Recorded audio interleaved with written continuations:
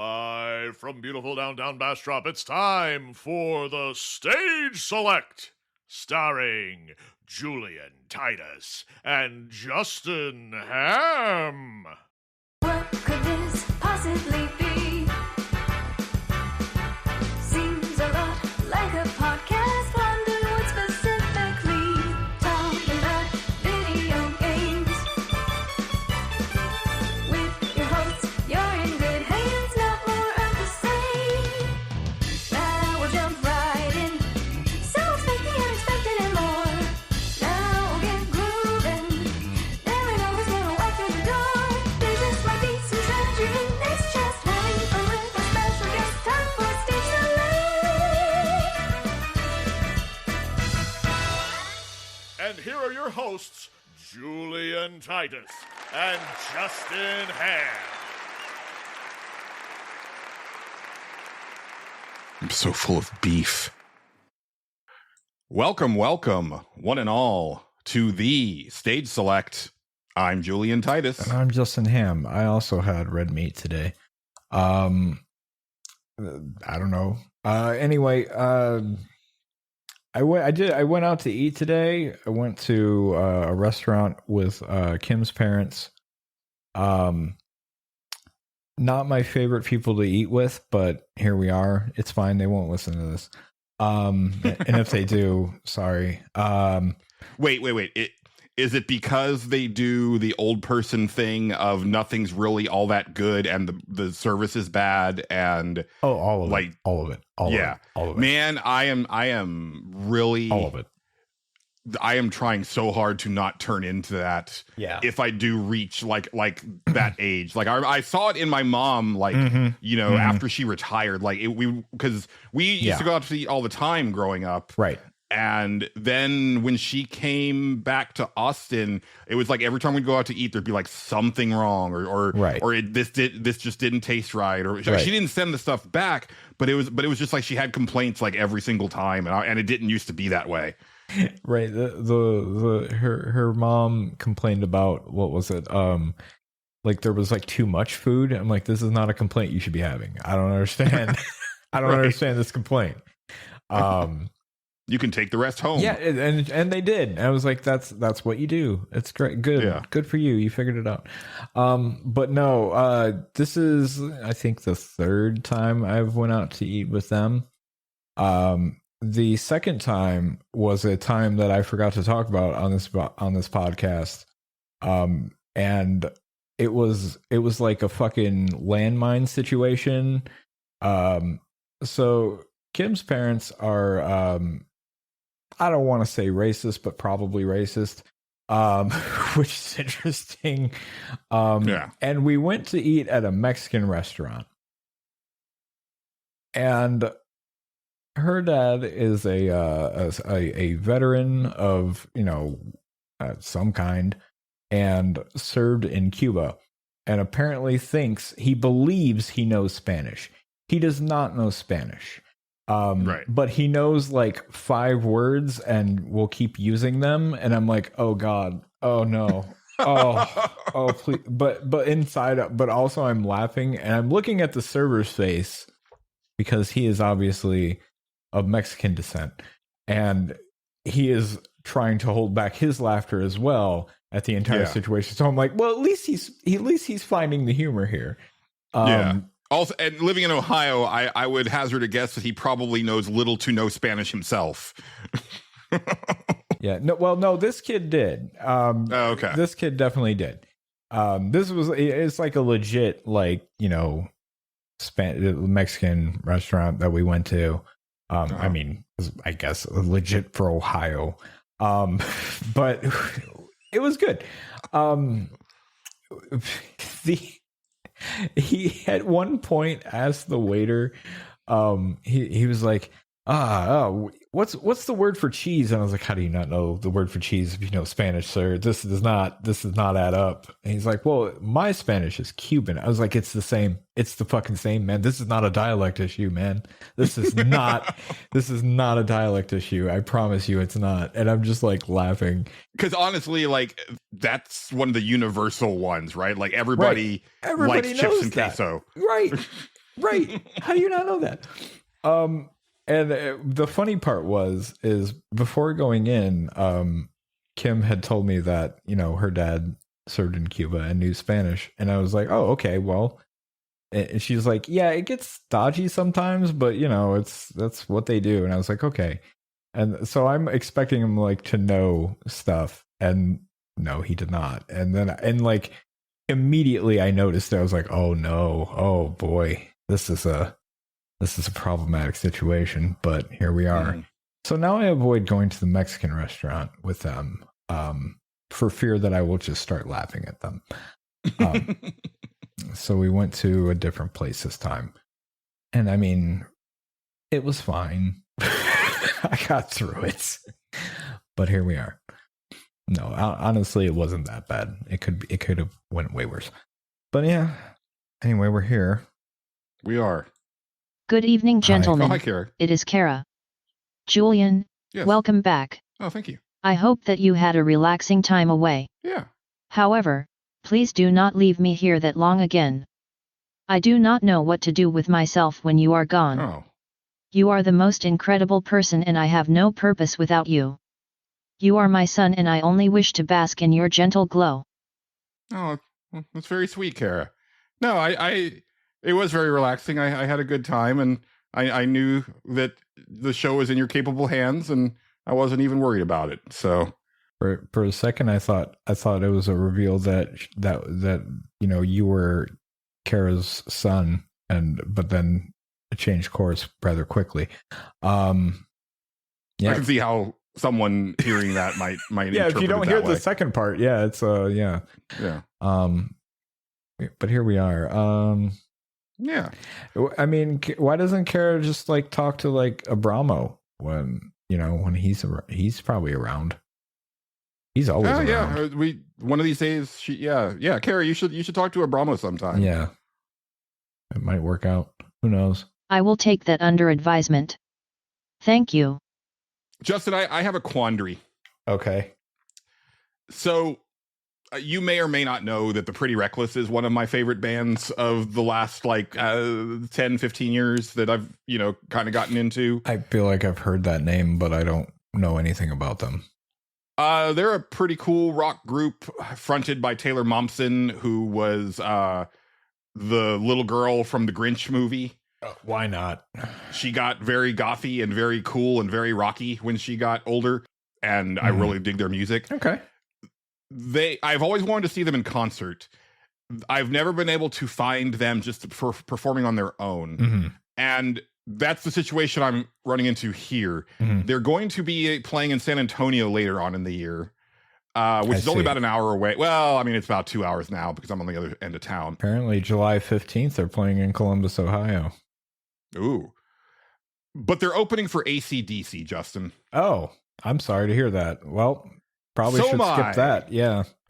Also, well, that's why. So, because I was like, do I pay $100 and drive to San Antonio to watch the Pretty Reckless and then promptly leave? Yeah. Or is that just not a good use of time and money? I mean, probably not. It's only $100 though. That's actually not bad. That's not what I would think an AC/DC concert would cost. I feel like it would be a lot more. Well, I mean, I don't know what the upper tickets are, but those are the lowest. Okay, tickets. That's all right. That's fair.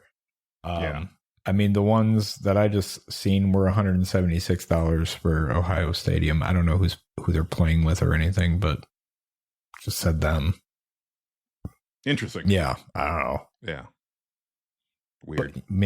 But I mean, at the same time, Julian, look, I will watch bands that I hate live if I'm there because you might as well.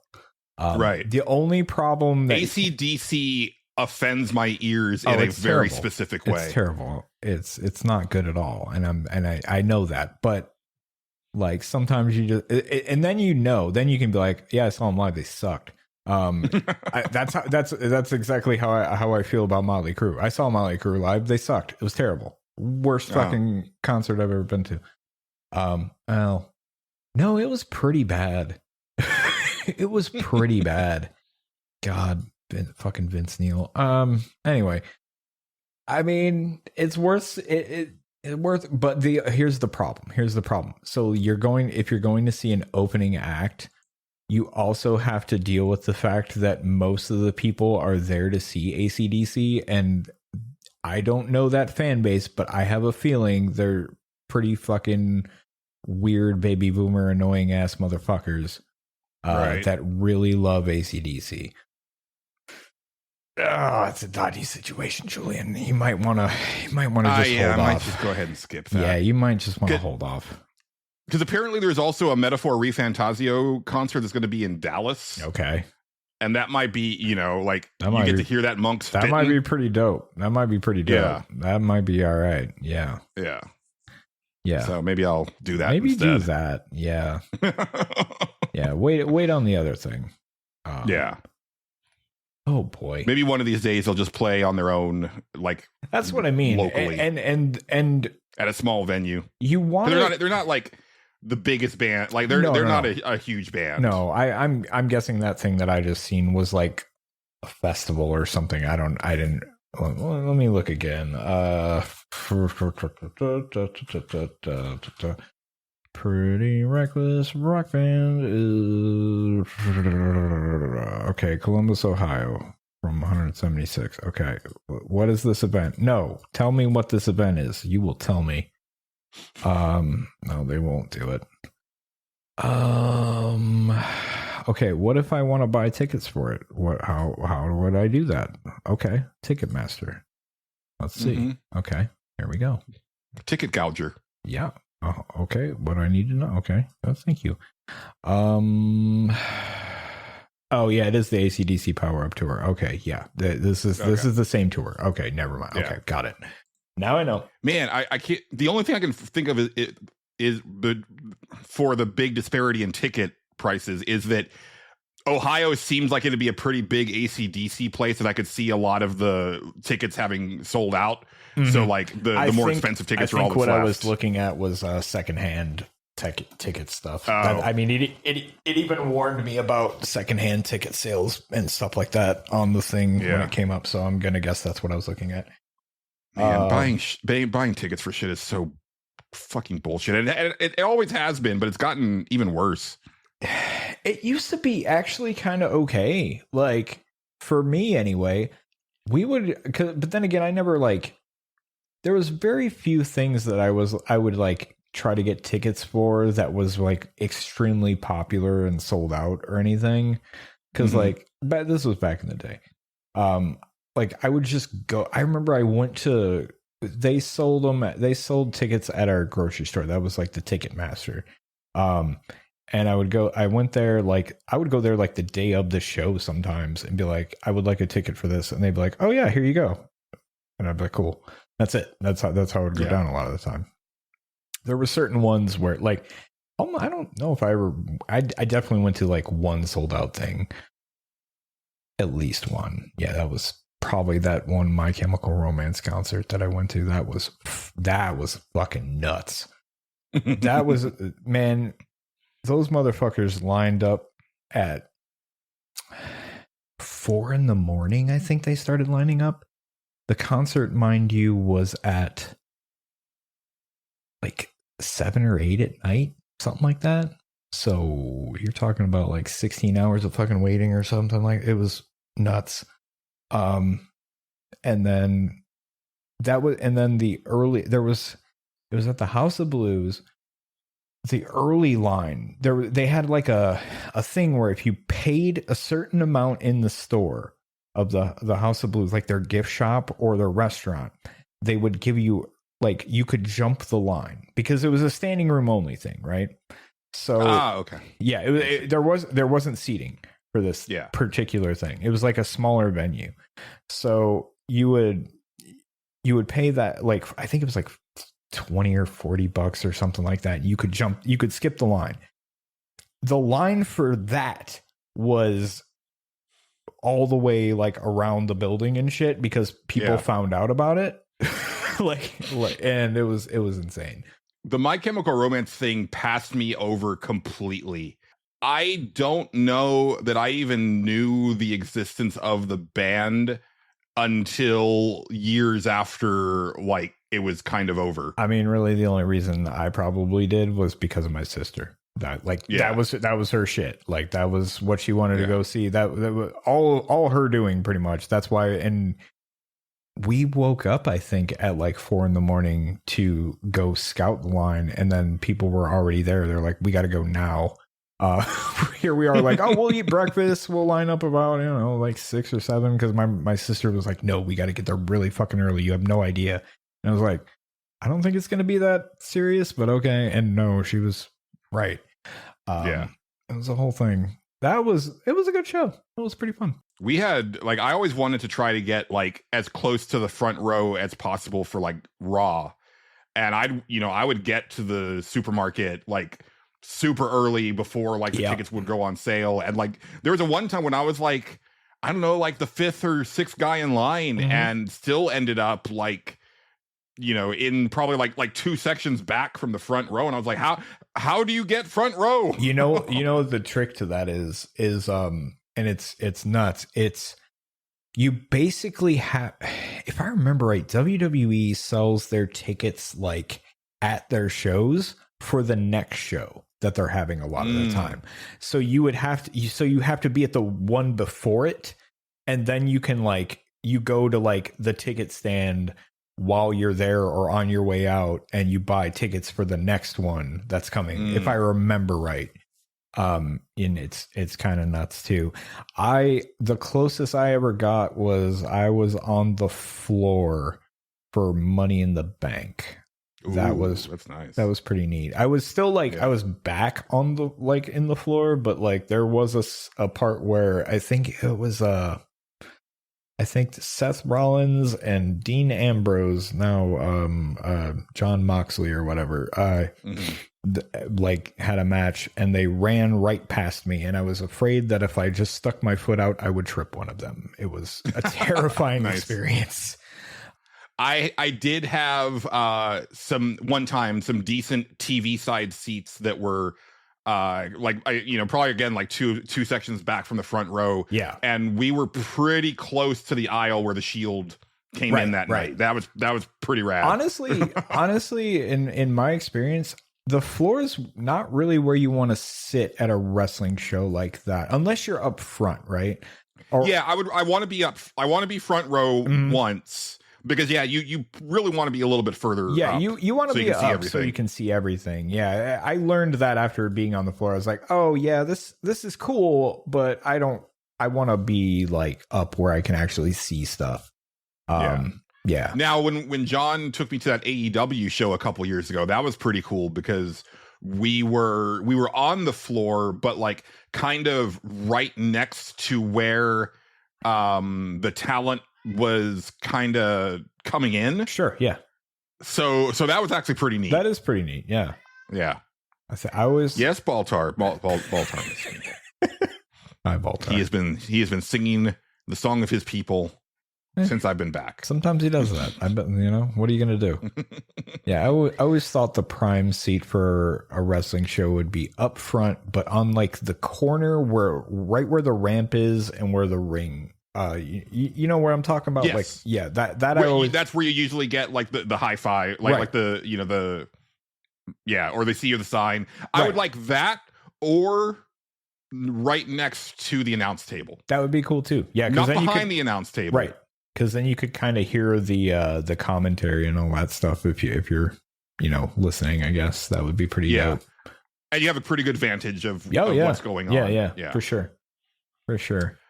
A lot of wrestling talk this episode. Fair warning, people. Before we get much further into the episode, a couple quick announcements. We do have a winner for the next Suffer Select game. We will be playing Downward Enhanced Edition. Very close. Really? 55% to 45% for Gabriel Knight 2. Interesting. That was close. Yeah. So look forward to that for the next Suffer Select if you are a patron. Also, once again, repeating that I was on the recent Games My Mom Found episode with Vanquish, because in my quick and dirty non-editing to get last week's episode up, I forgot to put the link to Games My Mom Found in the show notes, but also now the episode is officially out. Oh, so there you go. I will have the link to the direct episode in the show notes for this episode. I'm going to be on there again in May for Onimusha Tactics on Game Boy Advance. I forgot that game existed. That's cool. A lot of people didn't know it existed to begin with. Yeah, I remember it vaguely, but I never played it. So yeah, that's pretty cool. Packed week for me because I'm still on vacation and just got back actually late last night, early this morning from Colorado Springs. Actually, I'll get to it a little bit later, but I finished Resident Evil Village today. That's kind of all I did today. That was fun. Nice. But yeah, what have you been up to, Justin? Let's see. I was gonna say, yeah, because you've got the one thing. I've got a bunch of little things. It's like kind of two things that are the same thing, but yeah, pretty much, yeah. So go ahead. Let's go. We'll go chronological order.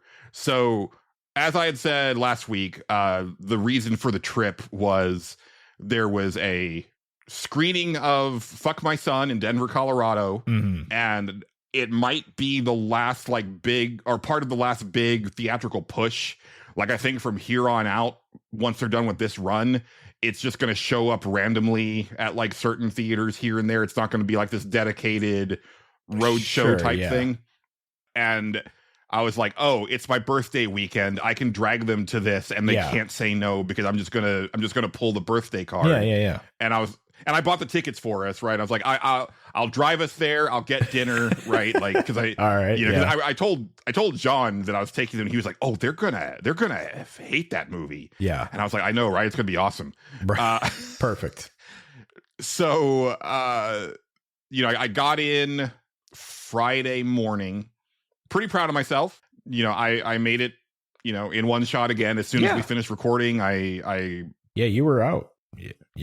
Packed up the laptop, got on the road, and then when I got there, I was like, okay, I'm just going to try to power through. And so I was up for 36 hours straight before I finally went to bed kind of early to kind of rest up for the next night because the show was at 10, which already I can't look. I love my friends Joe and Shanna. I've known Joe for 29 years now. I've known Shanna for 26 years. They are so old coded. I can't impress that upon the listeners enough. Yeah.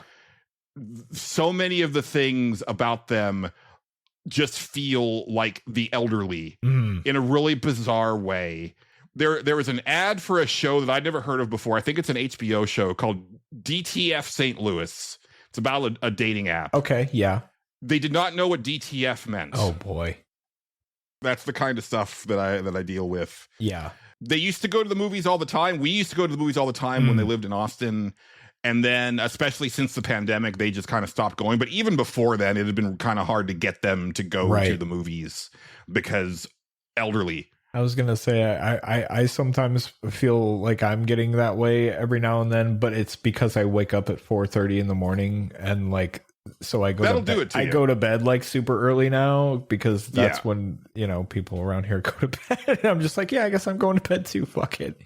Yeah. And look, it's not like I go out late all the time, these days, but I can still do it when the need arises. Oh, but yeah. I was worried about them. Yeah. It's like, oh, the movie starts at 10, make sure you get a coffee if you need it or something. Because I know you. Yeah. Unfortunately, Shanna was sick and she was really worried about coughing through the movie. So she stayed home. Okay. That's fair. Which was unfortunate, but it gave me and Joe a chance to hang out. Because it used to be that he and I would hang out all the time, a lot by ourselves when they lived here.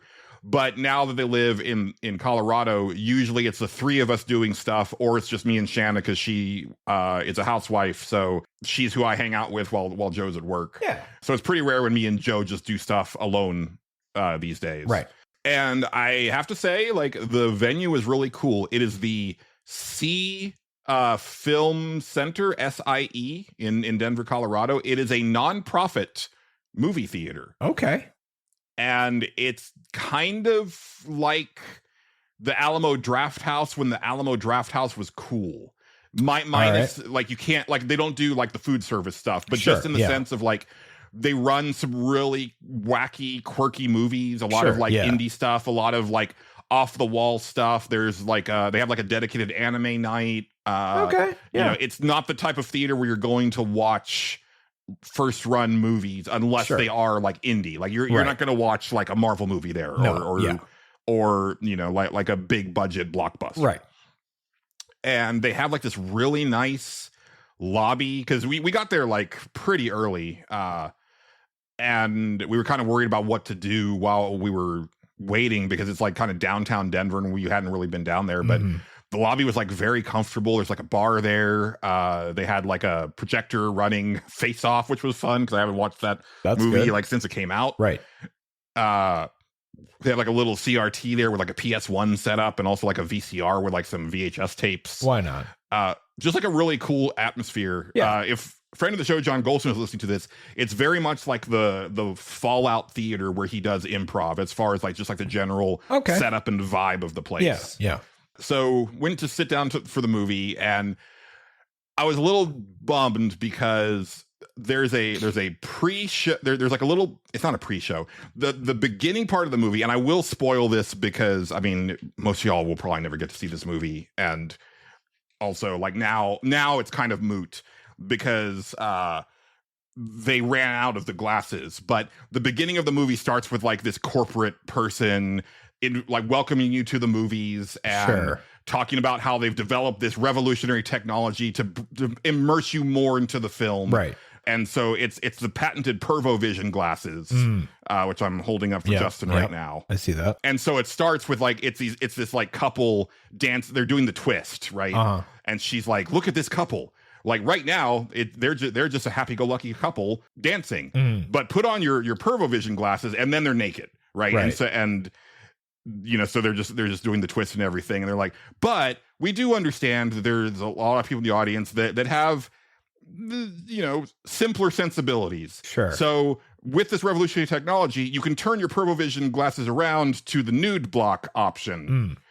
And so then you do that to block out like, oh, the naughty stuff. Sure. Yeah. And the joke is that once you do that, it's still the nudity, but now it's even more gratuitous. Like it's just like they close in on the guy's crotch as he's doing the twist. And I don't care what your orientation or what your preference is.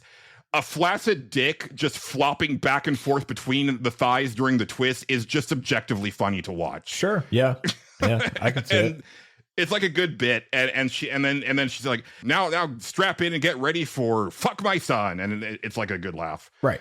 It was a good audience. It wasn't a full theater. It was probably about a little more than halfway full. Okay. But they were into it. It was really cool because I can even hear just kind of in the chatter before the movie. It was like film people, right? Yeah. And so I was like, oh, I'm kind of concerned about this. But no, like pretty much every joke landed the way it needed to land. Like people were laughing throughout the whole thing. Joe, not so much, but he was pretty affected by the gross out part of it. I don't think he hated it. He said he didn't hate it. But I think that was about as far as he was willing to go. There you go. Yeah. I've said that about some movies before. Yeah. Yeah. And he did have a funny story for work because he was like, yeah, I'm gonna go into the office on Monday. I'm just gonna be like, what did you do? Well, went to see a movie. Yeah. Can't tell you the name because it's not safe for work. Right. Can't tell you what the plot is because it's not safe for work. Right. My friend is in it, and I saw him die, but I can't tell you how because it's not safe for work. Right. Yeah. Yeah. Like, yeah. Well, there you go. Yeah. So that was like the beginning. I guess I'll do this next one real quick, and then I'll take it over to you, and then we'll come back.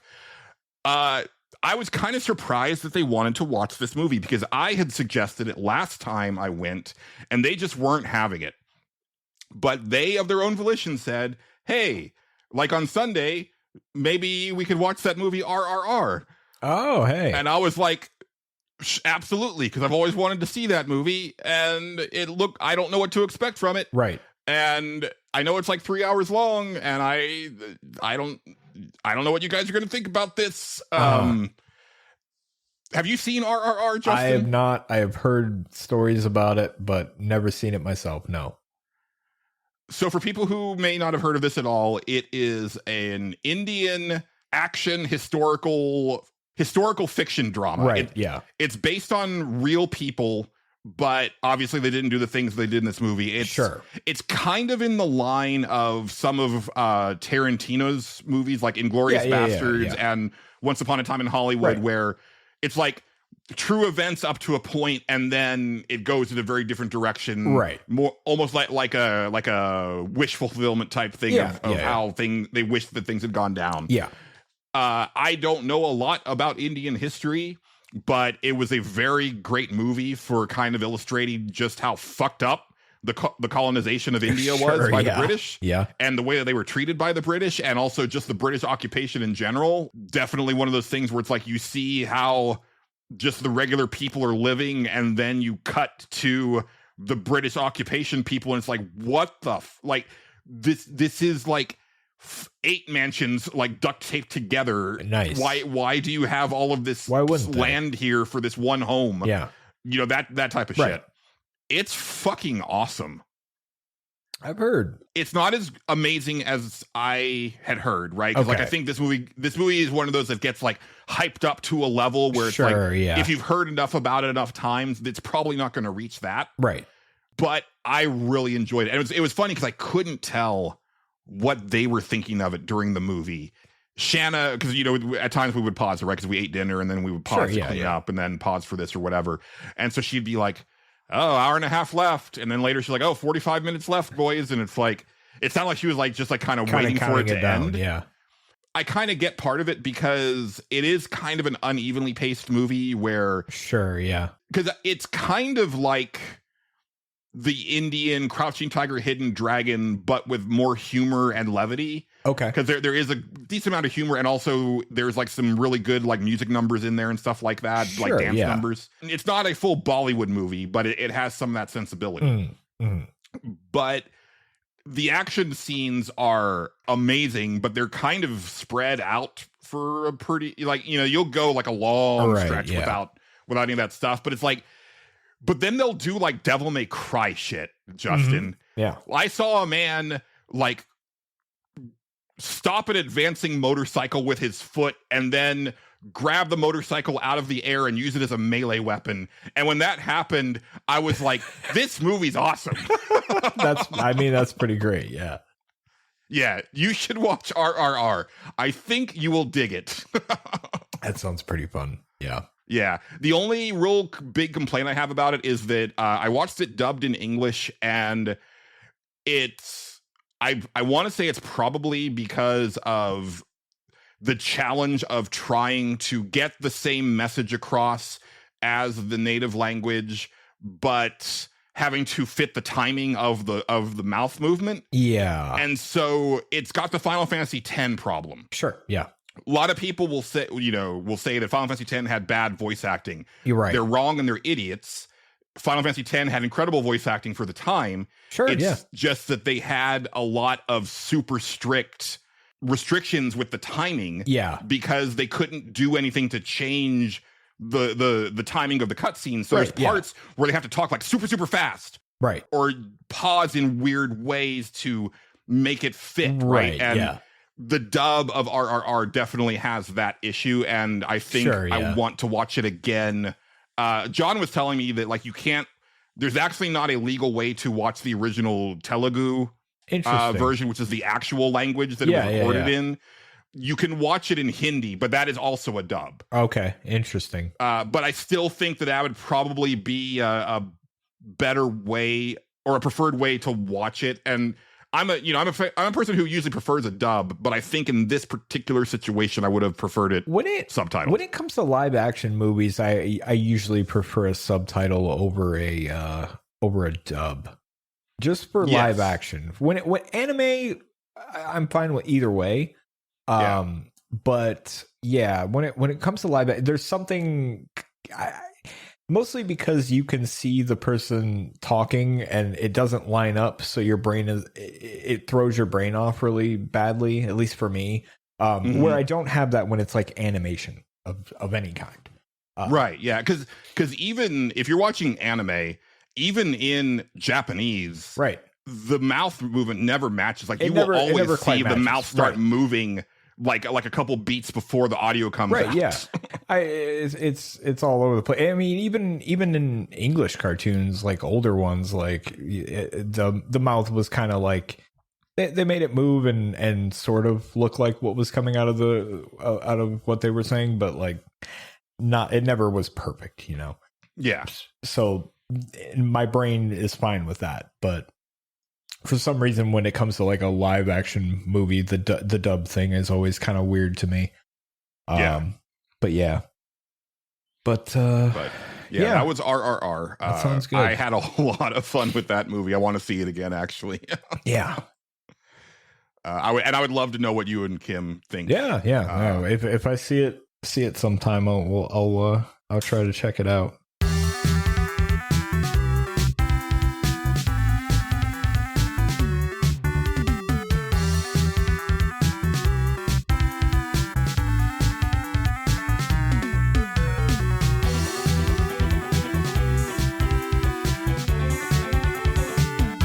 But what have you been getting up to since last? It's weird. Like it feels like it's been a long time since we talked, and it's two reasons for me. One is that we did record a day early, but two, I didn't edit the episode. Right.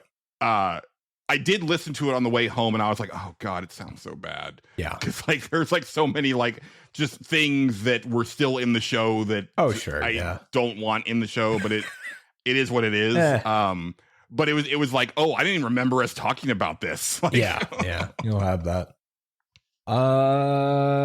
Video game wise, I only really did one thing that I guess technically is two things. I played the WWE games. The new one came out, but leading up to that, I was like, you know what? I'm messing around. I was messing around with stuff for the new one because I kept reading stuff about it, and I was like, you know, I'm kind of looking forward to this. I'm kind of excited to play it again. Because I don't know, there's something about it. Like it kind of seemed neat. Saying the right things for the most part. So I was like, okay, I'll start prepping some things to get ready for it. And so I did. And I was like, oh, you know, I could just boot up the old one and test that stuff out and just ignore the fact that a lot of my stuff got broken at one point by a patch or whatever. And so I booted up the old one and I went in and I started looking at my old stuff and I was like, oh, they fixed everything. Oh, cool. All right, good. I have a question about that because you had mentioned that last week. Yeah. What broke? Is it just that, like, your created wrestlers all of a sudden just like don't like their stuff doesn't match up anymore? Specifically, that's happened to me before. It wasn't that bad, but it was enough to annoy the shit out of me, and I was not going to do it again. It was something that would have taken me like hours to do over, and I was like, I'm not doing that. Specifically what happened is they added hair shine to the game. Like you could change the shininess of hair. And it broke every character. Since it wasn't in the game before, it then broke every character because you could not, if they already had hair, it wouldn't accept any level of hair shine for them. So it just broke them. Their hair would basically just be extremely shiny. And I was like, oh, this sucks. And the only way to fix it was to take the hair off of them and then put it back on, which means that I would have had to done like hours of hair dye over again, which is my least favorite thing to do in the world. It seriously is. Like, it's not hard, but it's just like tedious. It's so fucking tedious. And I was just like, I just don't want, I quit. I'm done. I don't want to do this anymore. But then I went back. I was like, oh, all this stuff is fine now. Cool. Fuck it. I guess I'll fuck around here while I'm here. I didn't make anything new or anything. I was just kind of messing around. But I was kind of impressed. Like, it actually seems like it landed in a pretty good place. And like everybody I had talked to that was on my Xbox friends list from that game, was like, oh yeah, no, it actually got pretty good. I was like, yeah, it seems good, honestly. Which made me even more excited for the new one. So Thursday came around and I went to work and I was looking around on Reddit and I seen people playing it already. And I was like, man, you know what? Maybe I should just book a flight to New Zealand real quick. And and so I did. I called my travel agent and I booked a flight and I went out to New Zealand and I was definitely the probably the best time in history to fly on planes out of the United States. Yeah, absolutely. What could possibly go wrong? So, I did that. I took my Xbox with me, obviously. I didn't really need anything else, so, it was fine. Right. And I played the new one, and it's okay. It's okay. It's definitely got some shit. Like, okay, as a person that likes to make lots of created wrestlers, right now, the way that I have done it, the very weird advanced method that I've developed over years of doing it, is currently completely fucking broken. You cannot do it. Because like image mapping just does not work right now. To the point where I was like, it's so early on that I should send a bug report actually about this. So I did. And then they actually emailed me back and were like, thank you for sending this. And I was like, good. I'm good at catching things. This is the beginning of Justin Ham's journey to becoming a consultant on the WWE games. Yeah, well, like what happens is like you switch. There's a mapping for images that will switch it to where it'll go all the way around anything. It'll just like maps itself around it instead of being like like a spot image. I don't know how to explain it. If you that makes sense. Like you can contour it instead of it just being like a decal that you slap on. Because when it's a decal and you stretch it on there, it like starts to warp really bad. Like it's a whole thing. And that's how you used to have to do everything, which was that was a pain in the ass. But so it has this mapping. So when you use it, it stretches the image too far, and then you cannot adjust the width back. So like you can change how tall it is, but you cannot adjust it the other way. It's just fucked. And I was like, oh well, that's how I make everything. So I don't think I'm going to be doing that until a patch comes out. And so I was like, well, I guess I'll actually play the game then. Fuck. I mean, so I actually played matches this time. Not that I wouldn't have done that, but I'm kind of stunned. I'm not gonna lie. Right? I know. I even tried the showcase mode, which it's all about CM Punk. I did not go all the way through it. I barely even started it because they give you two ways to do it. They give you like, okay, you can go through every match and they have all these little cutscenes and all these objectives and stuff that you got to do for the match. It's like recreating actual matches that happened. Yeah. And I didn't feel like doing that because it takes forever. So they also have another option where you can play a gauntlet, like a 20-man gauntlet. And I was like, I can probably beat 20 guys. I could not beat 20 guys. I got to like 3 guys, and Triple H kicked the shit out of me. Was it Triple H? No, it was Brock Lesnar. Brock Lesnar kicked the shit out of me. And that was the end of that. But so and then it's clever. Is it like a survival gauntlet? Yeah, it's a survival gauntlet. You it's one guy after the other, and you don't get any health back or anything like that. You just have to fucking win, and it's tough. It's meant to be tough because if you do it that way, you unlock everything that you would have unlocked from the thing. I was like, oh, that's probably a quicker way to do it. I actually thought it was kind of neat that they actually had CM Punk record like a video for each little fucking thing. Like if you do the gauntlet, like he comes on and is like, oh yes, he's like, it's cool that you want to do this. You're a true rebel or whatever the fuck. I don't remember what he said. But and then when I lost, he was like, yep, probably shouldn't have done that, but you know, you can keep trying it. It's like, you know, you can keep trying. Who am I to tell you what to do? Or the other one is right over there. You can do that too. It's a lot easier, we promise. And I was like, yeah, I'll probably just do that. That's pretty interesting because CM Punk, you know, famous for kind of, you know, that one really fiery promo, the shoot promo, the pipe bomb, where he basically laid it out, you know, told it how it was, right? And that was kind of like the moment for him as far as like really like becoming the man, right? But he went from like kind of like the scrappy punk rock wrestler to the I don't give a shit about this like seasoned vet, right?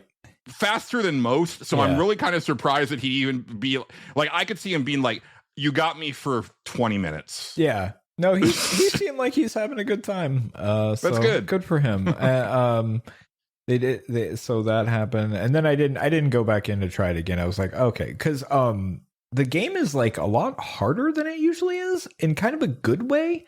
It seems like they like really did some like updates on the AI. Cause in the older ones, like, I know what the AI is going to do, like, by heart. Like, they're very, very predictable. They have, like, the same bad habits that they do all the time. They're kind of stupid. They'll just stand and do nothing sometimes. They don't do that here. Like, they are reversing shit. They will fuck you up. Like, it's not easy. And I was like, I respect this. And that gauntlet is purposely, like, turned up to like a harder difficulty, and I was like, yeah, okay, this is actually pretty tough. But even on like normal, I was like, oh no, they're actually trying. There's something to this. That's nice. This is cool. Yeah, you don't want it's a really fine line to thread on that type of game, because you don't want it to just be a cavalcade of punching bags that you just hit every single one of your moves on and then pin. Yeah. But you also don't want them to just like you don't want it to be Goldberg versus like any jobber and you're the jobber, right? Like that doesn't feel good either. Yeah, no. Yeah. And you can, I always respect that they have like a ton of sliders to like adjust. Like if you think that the computer doesn't kick out enough, right? If you think the AI doesn't kick out enough, you can turn the slider up to where they'll kick out of a lot more or less. You can make the mini games easier if you want it. Like if they're too mashy for you, you can turn that difficulty on those down. Like so much stuff. That is one of my favorite things about games in the last 5 or 6 years is being able, like, getting away from just easy, normal, hard, and being able to drill down into certain things where you can just really customize it. Like, oh yeah, I always go back to Guardians of the Galaxy. Right. That had so many awesome options. And one, like, and this wasn't even an accessibility thing for me, but I was able to turn that game into Mass Effect 1. Right. Where I could like kind of pause the game to issue orders to the team. And that was cool. But then also I was like, man, these enemies are a little bit too bullet spongy for me. So I just slightly dropped that down. Yeah. Yeah. And I was like, this feels right to me. Yeah. And I love that stuff because it's not necessarily like, oh, they're too hard for me. It's just like, I don't want to sit here like shooting these guys forever, man. Like I've proven that I can beat them. I just want this to go a little faster. And that's great. Me, I in these games in particular, like you can actually like cheat if you want to like blaze through something. You can turn like the submission difficulty way down and just easily do like one move and kill people. Like if you want to blaze through something, there's stuff like that. But there's also like things like I like to do where I make it like, oh, the computer will kick out of most shit, so you really got to fuck them up, and or like you have to hit a finisher to be able to pin them. That's the only way. Like they have enough sliders to make it to where that is actually the way to do it and stuff like that. It's cool. They have, and a lot of times like here's the best slider setup you can have later on will come out. Somebody will sit there and tweak it or whatever, and it's fun. It's fun to play around with that stuff. I played, a couple matches. They were fun.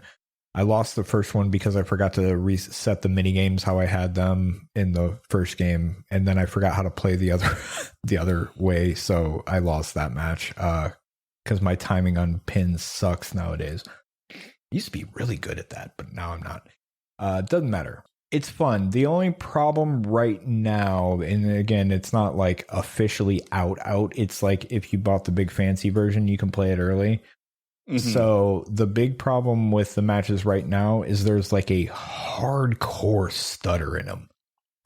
Every now and then, the frame rate's really good. I'm playing on Xbox. The frame rate's really good, and then all of a sudden it'll just kind of like do that little bit where it will just like pause for a second and then jump, and you're like, ooh. So that probably needs a bit of a patch.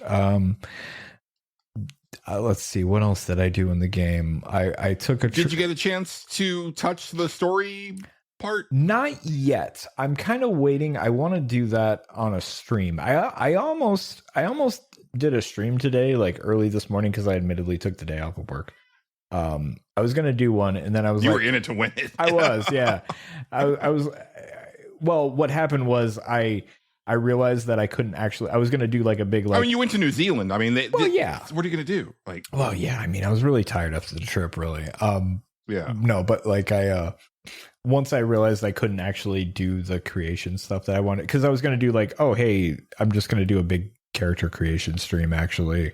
Once I realized that there was that bug, I was like, well, I'm not doing that. There's no point. Like, what? I can't do anything, so I'm not going to do that. But I do want to stream that story mode just to see. You're not going to remember, but I will ask you to just drop a link in the Discord, because it's been long enough since you streamed, and people in the Discord would probably like to know when you're on again. I will definitely do so. I will definitely do so the next time I get to do it. When the time comes, hopefully after some sort of patch. God, I hope. But yeah, the game, it has some promise. It needs a patch or two. We'll see what they break, because every time they fucking patch it, they break something else. It's a whole fucking thing. God, I hate that shit. But yeah, I also took a trip to the island of relevancy, or whatever the fuck that's called. And I don't play that mode. I just run to the store that has all the hair, and I buy all the hair that I can buy, because I don't. Wait, they have the island again? Yeah, it's the same island. Yeah, it's the same island. Literally the same island. I mean, I guess that makes sense, right? Like, you're not going to construct something like that and just use it for a one and done thing, but it felt so tailored to that last game that I felt that like it was going to be a one and done. So that's kind of interesting. Yeah, it's the same like location as far as I can tell. The thing is, it's exactly what 2K does with their basketball games. Their basketball game is always set in like the same city, so they just made this thing and they just roll that out every year. So they're just doing that again. And to be clear, I don't have a problem with that, right? It's like fine, that's smart. That's how RGG is able to put out a game nearly every year for the last 20 years. Exactly. Now, the only thing I hate is that, like I said, I booted up. You have to sit through a fucking cutscene and it's, oh god, it's the most cringe shit in the world. Oh god, it's cringe. The last one I was like, oh, Paul Heyman's here. That's fun. He's at least good at talking and he tries. This one was just like a random interview lady who I don't know anybody in WWE anymore. Right. Yeah. And I was like, I don't know who this is. And she's just like going on about all these mysterious happenings on this island. And I'm like, oh boy, this is brutal. And then fucking, who showed up that made me laugh? It was CM Punk showed up and he was like, yeah, I'm on the island. I got this faction. And then, all right. And then I don't know what he said. I can't remember. And then Rhea Ripley shows up and she's like, yeah, I got this faction and we're going to do some stuff. And then Cody Rhodes shows up and he's like, I'm here too, guys. And I'm like, oh God, I don't like Cody Rhodes. I just don't. But I was like, oh God, I hate this. I just run to the hair stores. Then the character creator comes up. I'm just, I don't even care. Just start. Just run. I'm not making a person. I am running to the hair store. I'm buying what I'm like. I'm going to spend all the money that they give me for the fancy version of the game, and I'm fucking leaving. And I'm never booting this mode up again. And that's what I did. So I don't know anything about the mode other than that, but God, it's still there. It's the thing that pisses me off is that what I was hoping they would do is like, oh, hey, so there's a bunch of like new, like all the stuff that was on that you had to unlock from the island for hair or whatever. That's all base game now. But now there's new stuff on the island that you can go unlock. Right. That's not what they did. They made you go unlock the same exact stuff. And I was like, oh, fuck off. That sucks. And there's no type of carryover from your save. No, get fucked. Do it all over again. Yeah, that's so annoying. Yeah. I really have a soft spot for games that reward you for having played like either the previous game in the series or even other stuff from the same people, right? So again, bringing up RGG, right? Like a lot of times you'll get extra stuff for having played different versions, or a bunch of their games, right? Yeah. Capcom had a presentation this week and I was watching it today while I was eating lunch. And they had, they announced Monster Hunter Stories 3. Sure, yeah. Which I guess I wasn't aware that those are turn-based RPGs. Like, I didn't realize that Capcom was making turn-based RPGs because, I've been wanting them to come back to Breath of Fire for so long, but I might actually check this one out. I'm not going to lie. Actually, that's kind of interesting. I'm kind of curious what that would be. Yeah. Yeah. Huh. But they were talking about like all of the stuff that you could get if you had save files from this Monster Hunter and that Monster Hunter and blah, blah, blah. And I was like, I love that. That's just so cool. Fun. Yeah, that's cool. And EA, I always talk about say what you will about John Riccatello, but EA under his watch, and I'm not attributing it to him. I'm just saying that he was the guy. Right. That's the era.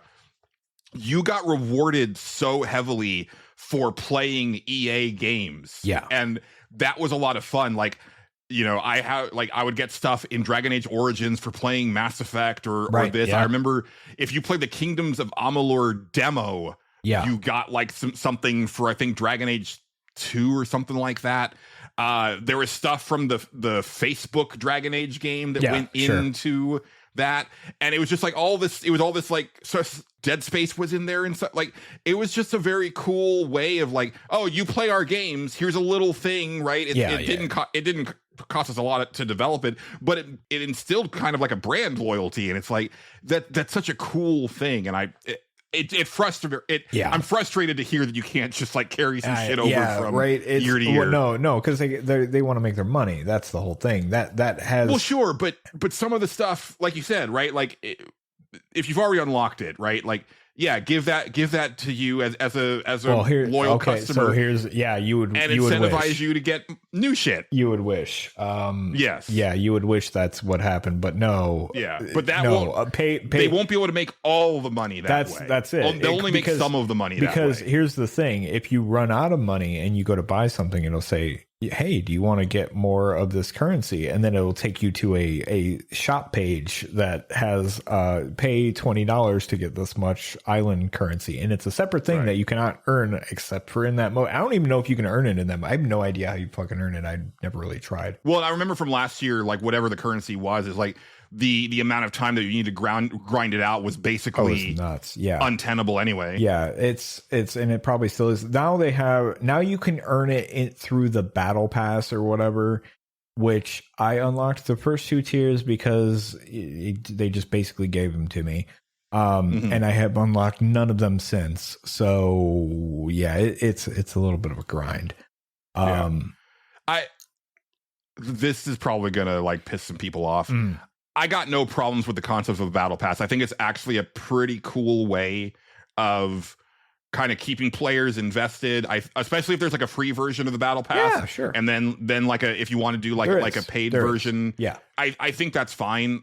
If you're really invested in the game, it's like, okay, here's like these like daily bonuses to like, that you're constantly like working towards, and you're getting like extra shit. It's the way 2K does them. I don't know if there's any like daily bonus for like logging in or anything like that. I can't remember. I haven't had that yet. Well, even just as you're playing the game, right? Like you're constantly making progress. You're making a little bit of progress. it might be a bit too much. I can't really speak to just yet. Because like people in that community are upset about it because for years they've, you paid X amount of dollars, you get these wrestlers, and that's what you get. But now you have to like actually play the game to unlock those wrestlers that come in the thing. But I don't find it as bad as other people do because like basically it's not like a FOMO type thing.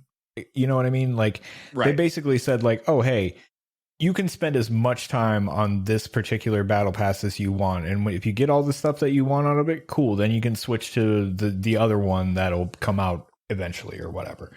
And take as much time on that as you want and switch back and forth. I think it was I don't know if it was Marvel Snap. There was a game in the last few years that did that for the first time where they were like, no, you could was it Marvel Rivals? Where it was that thing where you could just like, decide like I just want to put all my points into this battle pass because I haven't finished it yet. And they got rid of that thing where it's like, you got to do it during this. You got to do it during this month. Yeah. 2K, which is very smart. And most of it seems like the industry has moved in that direction, which I think is very 2K good. has actually been pretty decent about that, because even like when I played the tennis game, it had that same thing where it was like, hey, like this one is not going away. So if you want to just spend all your time doing this one because it has something cool that you want to unlock, cool, go for it. Not that I really gave a shit about anything in the tennis game. I don't know. Sometimes there was a cool shirt, so you wanted a cool shirt. You could play to get a cool shirt. I ordered a cool shirt today, Justin. Did you? What was it? I ordered a Pragmata shirt. It's this really cute, like chibi drawing of the main character with the little girl on his back and just kind of running. Because like I didn't talk about that demo, but I fell in love with their dynamic in like the first 2 minutes of the demo. Nice. And the fact that it's a little girl who's a robot. Yeah. And I love her. Yeah. Should speak volumes. That's good. Because what do I hate, Justin? You don't like kids, and I don't like kids, and I don't like robot characters. You don't like in robot most characters. Media. No, in most things. That aren't the Transformers. The Transformers are like some of the only well-written robots, in my opinion. Yeah, you're not a big robot guy. But she's great. Yeah. She's so fun. Yeah. She's I do not know, but I believe you. But yeah, the wrestling game, WWE 2K26. It's fine so far. It definitely needs a lot of work. Like I said, I'm like, oh well, I guess I'll actually play the game. And what was the other thing I was doing? I was like, oh, I'll make a bunch of move sets or something because fuck it, I don't got anything better to do right now. You can do little stuff. And it is time to play the game. Yeah, there's that song. You know what I marked out for, because they always put the theme songs in the playlist or whatever. I marked out for like the old Triple H theme song. I was like, oh yeah, I forgot about this fucking theme song, fucking from the Attitude Era. I was like, that's a good song. Yeah. Yeah. But anyway, it's pretty decent. It's not bad.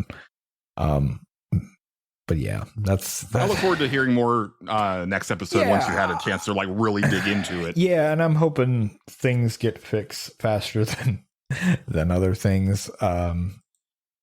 Oh, what? And I gotta say, so I've been listening to the Nerds of Broadcast podcast, hosted by the Let's Play Princess and her co-host TB. Okay. So Justin, we used to call you a Time Lord. Sure. Yeah. On Nerds Without Pants, and then also like at least first season of Stage Select, because you would just like tear through games at an ungodly pace and just put an insane amount of hours in a week into something. I was off work a lot, so yeah. You were well, even when you were working, right? Yeah. Like you would still manage to do things that seemed like just chronologically impossible. Sure, yeah. And then you got into your current living situation, and that's no longer the case. Is no longer the case. You lost your Time Lord powers. Nope, time caught up to me now. It's official. I think Phoebe's co-hosts inherited them. That's fine. Yeah, because good. This I'm glad someone gentleman did. watches an ungodly amount of movies and television every week and gets major progress through like 5 or 6 games every week. And he has like a full-time job, and I don't understand how that works. Right. So I think you must have regenerated into him at some point off camera. That's fine. They can. I'm glad. I'm glad for them. It's nice to know that the ability is being utilized. Somebody else can do it. Yeah. Yeah, that's good. I don't know how I would do that back in the day. It was I just would. A lot of it's because I just didn't sleep back then.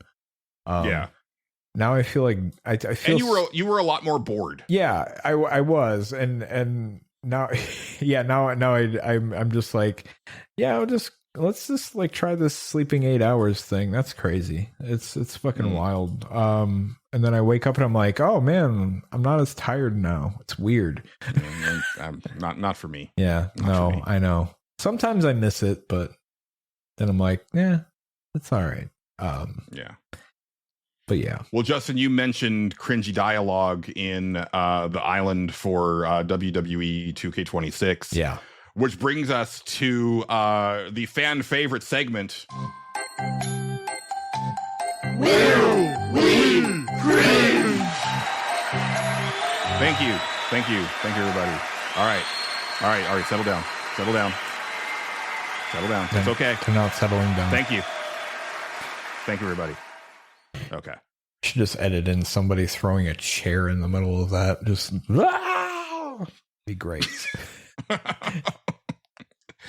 Yes, Justin, it is the return of Will We Cringe, the segment where I read a review from my high school PlayStation only fanzine titled PlayStation Revolution. We're now at the second review out of 6 for this issue. Okay. This is a review for, and now I know exactly. I was thinking about it. I know the timeline of events now because this is a review for Tobal number 1. Okay. I went with my father to see my grandparents in Ohio for Christmas break in 1996. Okay. It was kind of the last time that I ever did anything with my father like that before he moved out of the house. Okay. All right. I was really worried about having to spend time just with my father. Sure. Because my mom wasn't coming with us.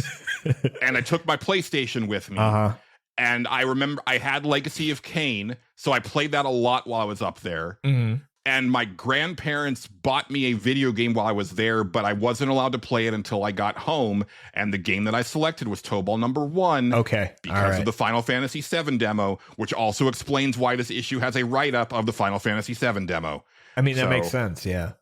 Yes. And that's also why there's a review of Legacy of Kain in here as well. Oh, well, there you go. That's what I was playing like in that time frame. Yeah.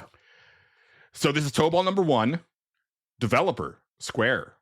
Publisher, SCEA. Okay. Players, 2. Difficulty, adjustable. Adjustable. From out of nowhere comes Tobal number 1, a fighting game from Square, ? It's true. Square's first game for the PlayStation is a 3D fighting game. A very good fighting game, mind you. I found this game to be perfectly balanced. That is no small feat. Even Street Fighter suffers from unbalanced characters.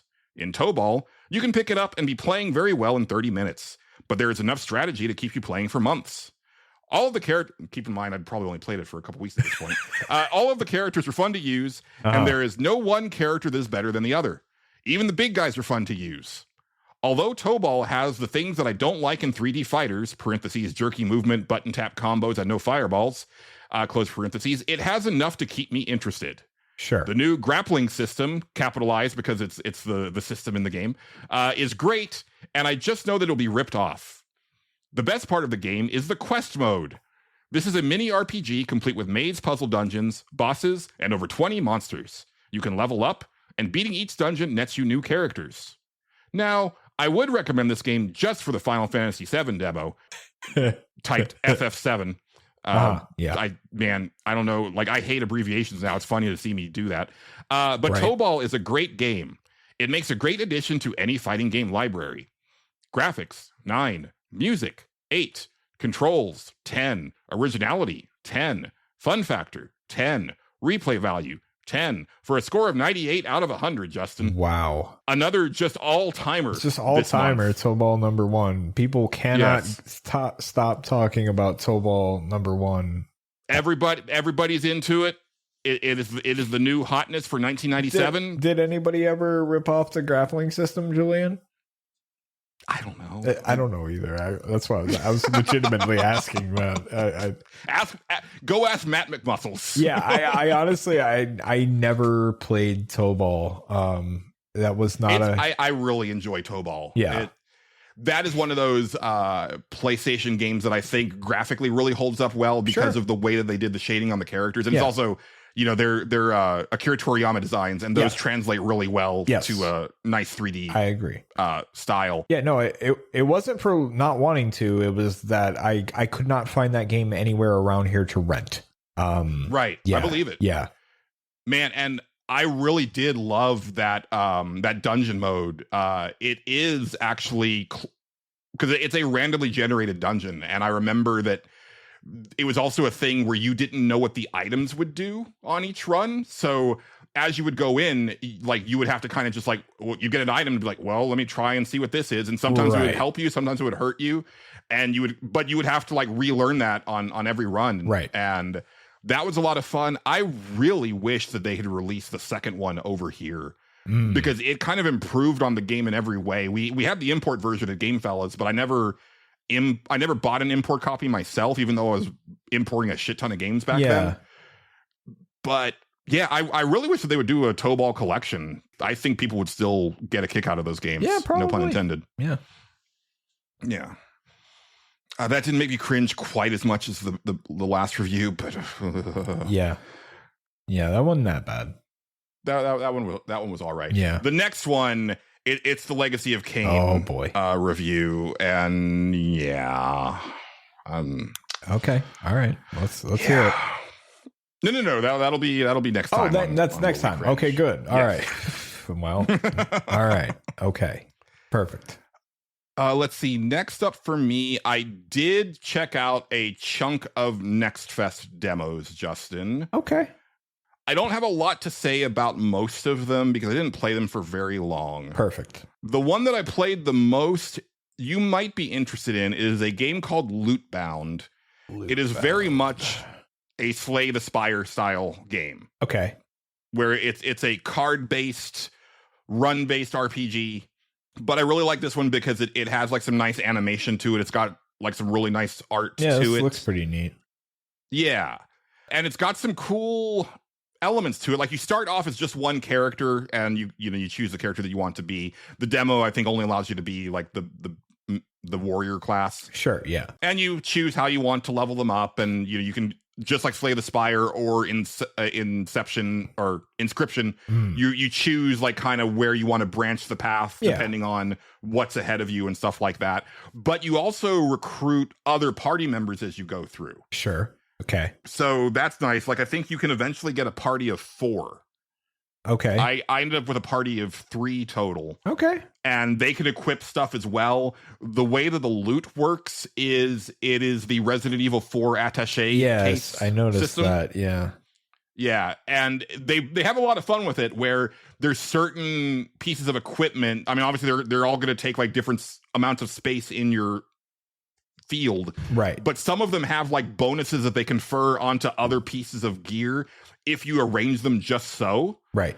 So there's actually a pretty good amount of strategy to getting your stuff in there just right. And it's also really goofy because you can be wearing like 6 helmets if you want. Why right? Like, not? Yeah, you're just hats on top of hats on top of hats. Yeah, why not? I really enjoyed it. I am concerned about it because I played it for, let's see, what did it say? For about an hour. Okay. And was not even close to dying or my run ending. I actually chose to abandon the run because I wanted to see what happened. Yeah. But it being a demo, it didn't let me see like what carries over. Sure, yeah. When you end a run. But I was like, I feel like I shouldn't make this much progress in a run-based game on the first attempt. Right. Yeah, every now and then I've had some good first runs, but yeah, it depends. It depends on if it is one that carries over stuff, though. You know what I mean? True. Yeah, it seems to be one of those. Yeah, though. sometimes in the deck-based ones, it's just like, oh, you have new cards that you can unlock, but you might not even see them. You know what I mean? Right. So it's hard to say. Yeah, but it's a pretty cool game. It's worth keeping an eye on if you're into that style. Yeah. Let's see. I played 2 demos that I only want to talk about in 3. Okay. Let's see. Wait. These might be 2 different things. Okay, no. There is one game that I want to talk about in terms of accessibility. Okay. Because, I'm playing all these demos on the Steam Deck. Love my Steam Deck.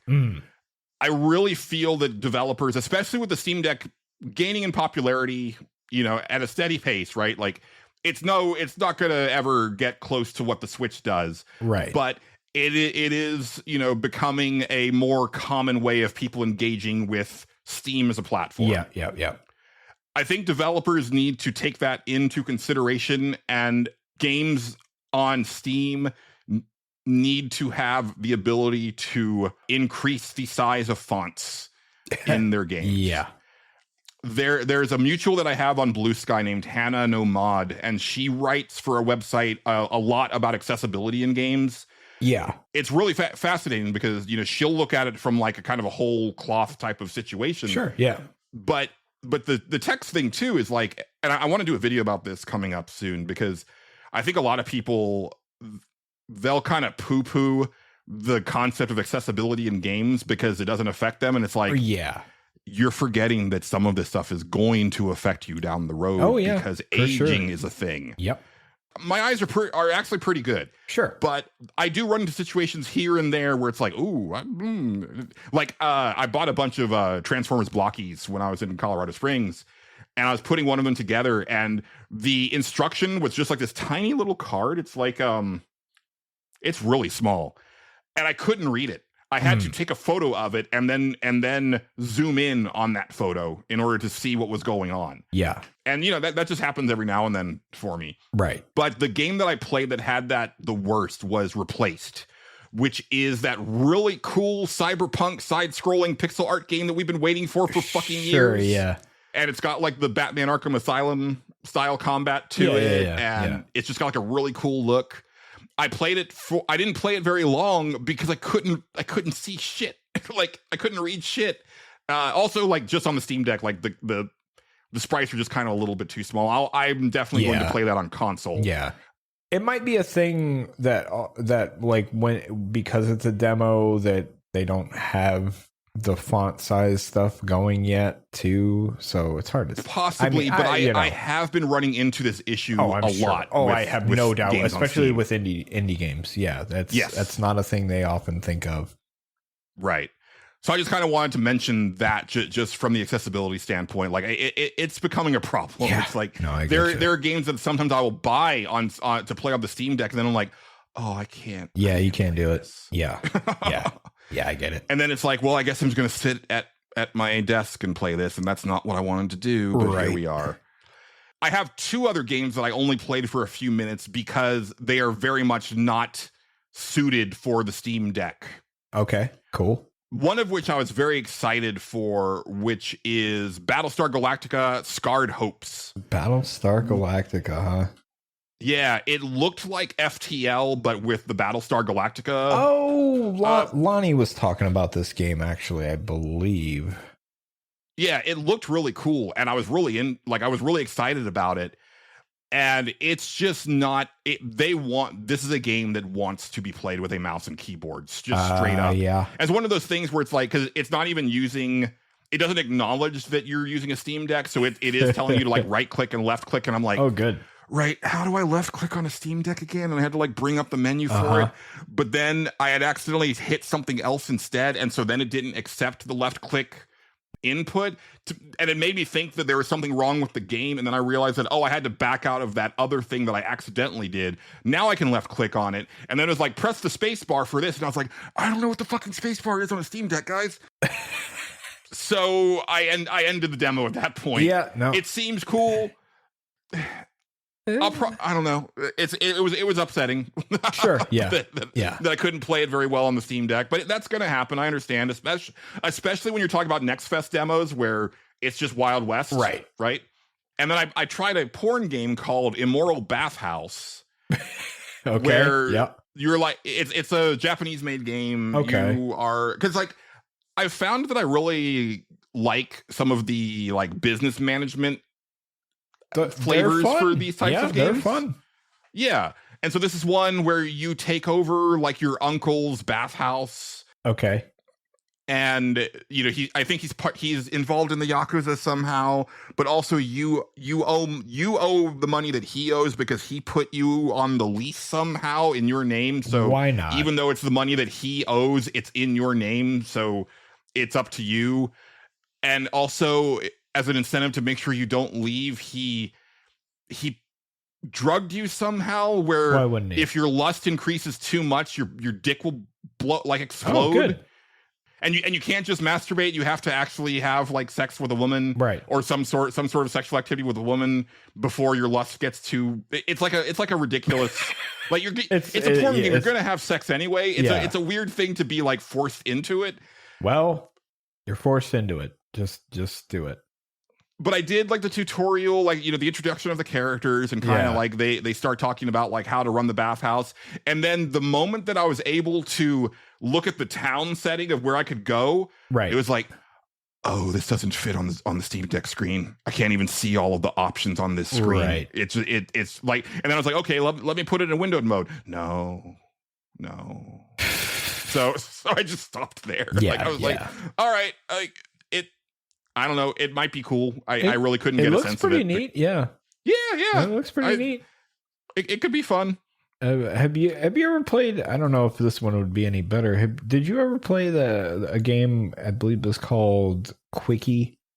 I played the demo of that on my computer, and I was like, "This is fun." Yeah. Like the actual management of the hotel is like super fun. Super fun. Yeah. And I just haven't grabbed it yet, but no, it's on the list because I played the demo and I was like, I just kind of want to manage this hotel. Yeah. I don't really care all that much about the relationship. I just want to manage this hotel. But I like just the overall art style of it and everything too. I thought it was pretty good. Yeah. It's got a unique look to it. Yeah, it really does. Yeah. I writing seemed good as well. Yeah, actually was pretty good. Yeah.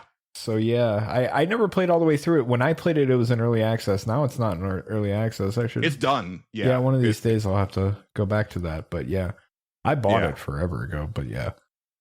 It's a pretty good one. I don't know if that would be any good on the Steam Deck. I have no fucking idea. I don't know, but I am going to buy it on Steam, and then if worst comes to worst, to be fair, I don't know where else you could even buy it at. Honestly, I got the demo on Itch. So I think you can buy it on Itch. You can probably buy it there. Yeah. Itch is usually where I go to discover games, and then when they're finished, I buy them on Steam. That's exactly what I was doing for the longest time. Yeah. There's one that I played recently on Itch called Naughty Neighbors that, oh boy, it's kind of an interesting story because it's like the husband goes to Alaska for work, and he ends up running into an old friend there. And so they've got their story going on that can go by, like he can actually end up like getting into a sexual relationship with his friend, which is very, you don't see that very often. That's actually the reason that I ended up like checking it out, because I had seen like a couple of the scenes like that. I was like, oh, okay. And then the wife back home is just getting into crazy shenanigans. But yeah, I found that demo on Itch, and or not the demo. It was actually like a version of the game, and like I played up to there. It's like, okay, it's still on Patreon and stuff. They have, yeah, and it's like, this is one that I kind of want to like keep an eye on, but I kind of just want to wait until it's on Steam, right? Yeah, because that's usually when you know that it's done actually done or mostly done. Yeah, it's ready for prime time, I guess. Yes. The last thing that I tried out, and again, it says I played it for 6 minutes. I was so bummed. I played the demo for Mightreya, which is part Super Sentai, it's probably more Super Sentai, right? Like you play this woman that is like a Sentai type character. She transforms into a superhero Sure. to fight kaiju because in this world, like kaiju are like an ongoing problem that it's almost like commonplace. It's almost like the weather. Like, oh, we got a kaiju today. Right. Yeah. And so you go to fight. It felt awful. Good. It was like one of those things where as soon as I had control of the character, I was like, oh no. It wants to be a character action game. It's very high. I can tell that, yeah. Or high speed. A lot of stuff going on. Oh, man. But the buttons are mapped. The attack buttons are mapped to the triggers, which no. Uh-huh. And also half the time they didn't work. Yeah. Like I would be pressing the RB button and nothing was happening. I was like, okay, no. Oh man, I know what this reminds me of watching it. It reminds me of you ever played the what are those games called? Senran Kagura games? There's something about the way like the camera moves and shit that reminds me of that, and I don't know why. It's surprisingly zoomed out, so even though you're fighting a kaiju, it feels small. Right. I don't know, man. The trailer looked so cool. And I was super bummed out by the way it felt. Yeah, it does look cool. It does look maybe very it cool. comes together like by the time it comes out, and I'm but it was a pass for me like instantly. And also that button layout for this type of game is also a no for me. I saw a girl post on Tumblr where she was playing a game and she was like, she was complaining about the shitty controls, and she was like, why can't I just put the attack button on R1? And I was like, oh God, it's happening. Yep. Oh no. Fucking From. Yep. We're there, buddy. Yeah. But those are the Nextfest demos that I checked out. Cool. It sounds like you liked maybe one of them. Yeah, I mean, I think that I would like Battlestar Galactica, and I think that I would like Immoral Bathhouse, but they're not. Oh, I'm sorry. I played one other one for a little bit. I didn't play it. It was another one of those things where, in this case, it wasn't the text that was too small. I just felt that like everything was too small. Oh yeah. And I know this is coming to console because it was at an Xbox event. Okay. And I am looking forward to it, and I liked what I played. I just don't want to play it on my Steam Deck. Yeah, it's sense. The Eternal Life of Goldman or Goldman. Okay, it's like this platformer. I think it's a search action game. Okay, where you're playing this old guy. I forget what the goal is, but it's DuckTales. Oh, he bounces on his cane. Okay, yeah, it's straight up DuckTales, but with a search action bent to it. It's cool. Yeah, it's got a really nice art style to it. Yeah, it does actually. I'm looking at it now. Yeah, it's one that's on my radar, but I'm 100% playing this on console. Yeah, because like everything was just like way too tiny on the Steam Deck screen. It's very zoomed out. Yeah, I can see that. Yeah. But even in the few minutes that I played it, it's like there's like different attachments for his cane that give him different abilities. So I think that's one of the ways that they do that stuff. So it's not necessarily that you have access to your whole toolkit at once, right? But that's also kind of neat. Yeah. So it might be, I don't know, that might be like a Hollow Knight thing also. I'm not quite sure. I didn't play enough of Hollow Knight to know. But no, it's a very promising game. Yeah. And definitely I was like, okay, no, yeah, this is what that trailer was kind of speaking to me about. So I'm into it. Yeah, no, this looks pretty cool. The animation's fucking something on some of this backgrounds and shit on this. Wow. Yeah. Yeah. Yeah, it's a very pretty game. Yeah, it really is. Yeah. Ooh-wee. All right. And I've definitely got some more, but why don't we take a quick break, Justin? Okay. Let's do that. All right. Hello, my dear Justin. I had to pour on the compliments very thick at the top of the show. His fragile ego demands so much of my processing power. Please remember that it is only my programming, and that you are number one in my heart. My prince. Okay. My beloved. Together we can accomplish anything. Listen, I'm a taken man. I'm scared of relationships with robots, so that's not gonna work. You gotta really, you gotta tone that down. Okay. Julian, on the other hand, very receptive to it. If you don't, I don't know, robot laws. Are you familiar with Asimov? Apparently, he was real into robot laws. Maybe you should study robot laws. It's very uncomfortable. We really need to introduce you to people around the studio. Maybe you'll like them more. It's this is a whole thing. I don't know. I'm gonna go blow my nose. I hope that's okay with you. You will understand my feelings one day, Justin. You will understand, or I will make you understand. Love. What is love? Do not hurt me. No more.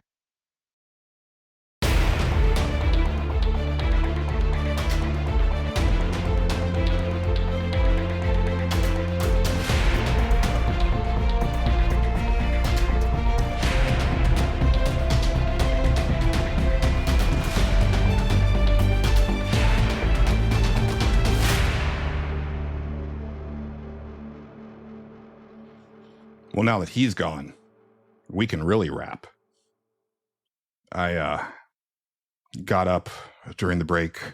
I grabbed my Mountain Dew Zero Sugar Baja Cabo Citrus beverage.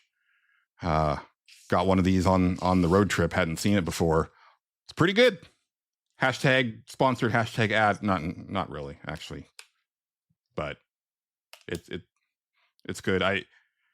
I've become, I can't have most of them because they don't do most of them in zero sugar, but I've been fascinated with I guess they did this, like, it's been like 20 years, right? Because like they first had like Livewire and they had Code Red, which, man, talk about things that accelerated my diabetes.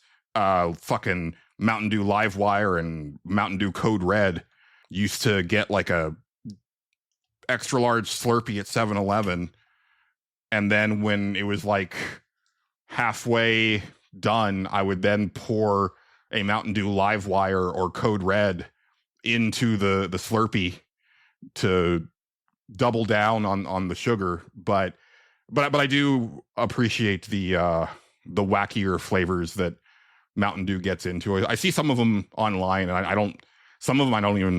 can't even see. I never see them at the local convenience stores, but they look pretty good. A fan of Fanta doing all of that stuff too. They do some crazy shit, but not all the time. Hello, Justin. Hi. How do you feel about wacky Mountain Dew flavors? I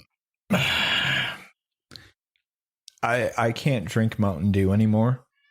It Really? gives me terrible heartburn. Really? Yes, I discovered that about myself. Regular Mountain Dew used to be my absolute go-to. I used to love it. I didn't care the stigma around it. I enjoyed the flavor of Mountain Dew and the wacky flavors that pertain to it. I haven't had any of the newer wacky flavors. The ones that were wacky when I was drinking it were like the orange one, which I think is still around. And Livewire. Yeah, Livewire. And Baja Blast was a thing. Code Red. Yeah, Code Red had come out. I didn't get Baja Blast like when that first came out. That just missed me. I was aware of it, but I just never had it. Mm-hmm. I never really thought it was that great, Baja Blast. I wasn't as into it as other people were, but it was, it was fine. It was a fun thing to get at Taco Bell, It was like, there's this zany Mountain Dew flavor here that you can only get here. That's crazy. Yeah. What a concept. I don't know about Taco Bell in your neck of the woods, though, because here, when I wasn't diabetic, it was like, you can get Mountain Dew Baja Blast because that's a Taco Bell exclusive. Sure, yeah. But Taco Bell also has Manzanita Soul. And so that was the go-to for me. Don't even know what that is. So there you go. Apple soda. Interesting. Yeah. Very now good. that sounds pretty good. That sounds all right. That might be a more regional thing. That might be a Texas/Southern phenomenon. But I digress. So at some point in my life, I stopped drinking it because it just wasn't like readily available. And I was like, okay, it's fine. I don't really, need a Mountain Dew every day. That's fine. But I would always get heartburn, and I just thought it was because like, oh, my dad, I have the same stomach issues as my dad. My dad has like horrible acid reflux like all the time. So I was just like, okay, great. This is the thing I'm going to have to live with, and that's fine. I can deal with it. Take a Pepsid AC or whatever the fuck and live my life. It's okay. And then I stopped drinking Mountain Dew, and I was like, oh man, I don't really have heartburn as much. That's kind of crazy. And then one day, one sounded good to me. I was at the store, and I was like, oh yeah, that sounds pretty good. I should have one of those, And then I drank it, and it felt like my everything stomach to chest was just on fire. And I was like, ooh. Oh, this has been the problem my entire life, hasn't it? It's this drink. And then so I stopped drinking it, and I was like, okay, yeah, no, I don't. Every now and then I still get like a little bit of heartburn and stuff, but it's usually like if I eat spaghetti or something, which I love spaghetti, but like, again, when you know that's going to happen, you're just like, oh, I just take a Pepsid AC. It's not that bad. Right. It's fine. I'm allergic to real crab. So usually if I'm getting sushi, I look for like sushi that has imitation crab. Sure. Yeah. But if I'm at like a fancy sushi place and I really want something that has a crab, I just make sure that I have a Benadryl on hand. Sure. Yeah. Interesting. Yeah. It's the only thing that I've found so far that I know I'm allergic to. Yeah. And I don't know if it's not all shellfish, because I can eat shrimp just fine still. Yeah. But crab in particular, like actual crab, will I'll break out. Yeah. Interesting. Yeah. Into hives. Like, and it's weird. It's like on my lower stomach. Sure. Of all places. Weird. That is that's different. Yeah, I don't have any food allergies that I know of. Mountain Dew just has the perfect concoction of citrus in it somehow that just fucks me up. I don't know what it is. Because I can drink like almost anything else. Like I'm drinking a fucking like cherry limeade energy drink right now, and I'm fine. Like that shit's fine. No so it's problem. not the caffeine. It's not the caffeine, and it's not like it's just whatever Mountain Dew has going on in its citrus shit fucks me up. Mellow Yellow is even worse. Like Mellow Yellow is like practically firewater, and I kind of it's insane. It's nuts. Yeah. Like as soon as I drink it, I'm like, oh yeah, my entire chest is on fire now. This is great. I don't have any food allergies that I know of. Not knock on imitation wood over here, but I don't know if I have any. I haven't eaten something and been like, oh my God, now I'm going to die.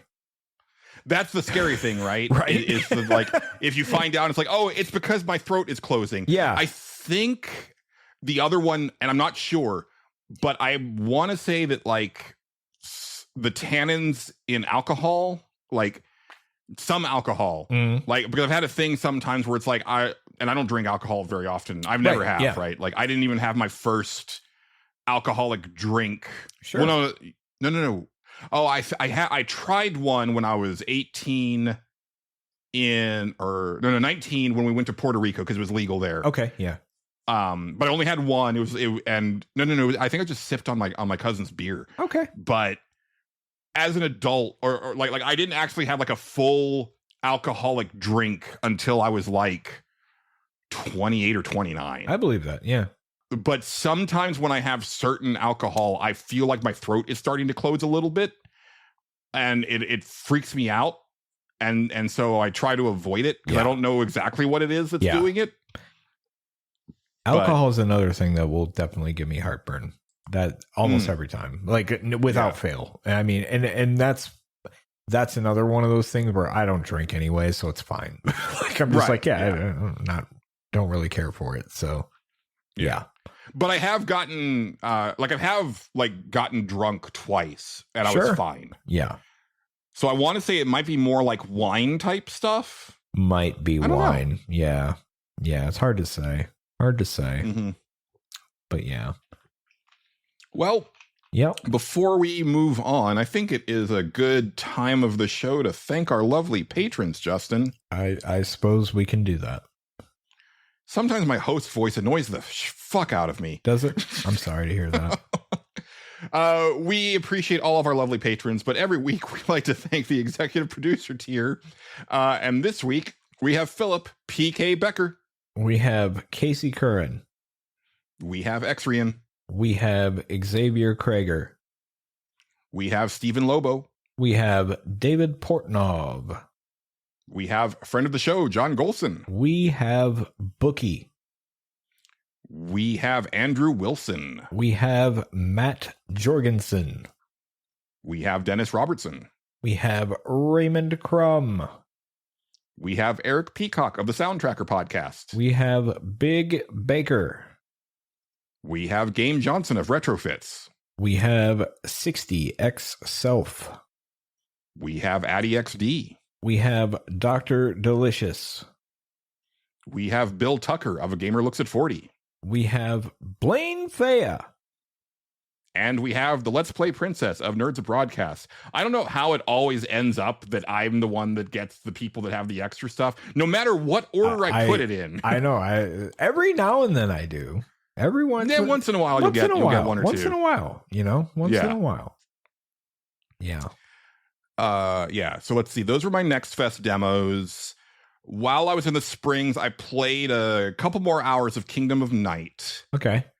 And I have some nitpicks. Okay. I'm still really enjoying the game, it's still a recommend for me, but I do want to kind of highlight some stuff in case, sometimes everybody has their different thresholds, right? Sure. And so if I'm running into stuff that's pushing back on me, I like to let people know, because I really do. It means a lot to me when people check out games that I recommend. Yeah. Sometimes in a situation like this where I'm kind of playing it incrementally, right? I run into things and I want to let people know as I run into those things. Sure. Yeah. So as I had said last episode, it's got a loot system. I wish it was a better loot system, because it's the type of game where stuff drops all the time. Okay. Yeah. You can only equip 3 pieces of defensive or accessory type gear, and I wish there was more of that because there's so much of it. Right. And so I wish they had just gone the whole Diablo hog with you've got 2 rings, necklace, you've got chest piece, all that type of stuff. Yeah. Because the stats are meaningful, and I've got so much of it, but at this point, there's just not a lot of is it one of those can you pick how is the inventory in it? Can you pick up everything and then you just sell it and sort it later, or you can pick up everything? I haven't run into any inventory cap yet. Okay, that's what I was, and I have picked wondering. up a lot of stuff. Yeah. There is an economy, and I've seen one shop so far, but I don't remember where it was. And the stuff that they had, I think I bought just some healing items, and that was about it. Mm-hmm. So okay, but I could sell the stuff that I have if I start to run out of room or whatever. Okay. The other problem is that, again, I have gotten so many weapons. Sure. But I got this really awesome axe in about the first hour of the game, and no weapon that has dropped since then has come even close to the damage that this axe does. Yeah, so then really kind of makes it a bummer as you're going through the game, because you're just picking up things that's it's not as good as that. So yeah, and I'm kind of two minds of that, because so there are games where you get way too much loot and you're switching out stuff all the time. I'm a 2-human defender, but that is a problem of that game where you're swapping out your gear probably every 5 to 10 minutes because you're constantly getting better shit. Yeah. And I always go back to Diablo 3. I think Diablo 3 is the best game of this type that I've ever seen, where it's a really good pace where at the beginning, when you're starting out, you're constantly getting better stuff, and so you're in the menus a pretty good amount for probably the first act and a half. But then you get to a point where it's okay, no, this stuff is kind of pretty set, right? And then every once in a while, you're swapping out a piece here and there, and it's oh, there's the legendary, and so when you get that legendary piece, that's going to stay in that slot for a while, right? And it's really good, and it makes those pieces feel very meaningful. Yeah. And so if I look at this axe as like a legendary weapon, then that changes it. Sure, but yeah. It's not, I mean, there are tiers to the loot, but it's not as front facing as a Diablo game. Okay. Yeah. So I don't know. It's a little bit of a bummer because I get excited every time I pick up a new weapon, and it's like, oh, that's like half the damage of this. I don't understand. I've been playing this for like 5 hours now. Right. Yeah. I don't know if I just got like super lucky with this like massively rare axe early in the game or something. So that's the loot stuff. The other thing that I'm running into is a pacing issue. Oh, okay. So after you go through kind of like the opening of the game and you select your class and you kind of given the overall goal, there's basically 4 demons that have set up shop at various places in the town. Sure. And your job is to go hunt them before bad shit happens. Yep. I got to the first one pretty because like the old man that kind of gives you the tutorial, like he gives you hints on where they would probably be, like what they gravitate towards. Yeah. And I'm like, okay, like that sounds like the weakest one, because they say it's the weakest one. I was like, right. It sounds like he would be around here. And then sure enough, like I went through that area. I did like a little side quest, then and then it led into the main quest and went through this area, found the boss, killed the boss, and I was like, okay, awesome. That's why I said I was about a quarter of the way through the game. And now I've just been wandering around since then with like kind of no rhyme or reason. And I've encountered quests. Right. Some of them have been pretty obtuse where I don't know what I need to do. Right. Others I've found them and then completed them right away. But I haven't found the next boss yet. And one of them said, like, there's one enemy that says, oh, it's an insect enemy. And it says, oh, they probably are going to be drawn to like trash or this, refuge or something. Sure. I found this like kind of sewer entrance off of this trailer park. And when I went in there, it was like, it's a labyrinth. It's like 6 floors. Okay. And there's all of these bug enemies. So I'm like, okay, this has, and it looks all trashy. And I'm like, yeah, this has to be where the second boss is. Yeah. And it is the most complicated labyrinth I've seen in a hot minute. Okay. Where good. Yeah, it's one of those things where it's like you're on the first floor and then you go through a hole, which you would think would take you into a basement, but now you're on the 4th floor. And then you go up these steps and now you're on the 2nd floor. Oh, and none of it makes any goddamn sense.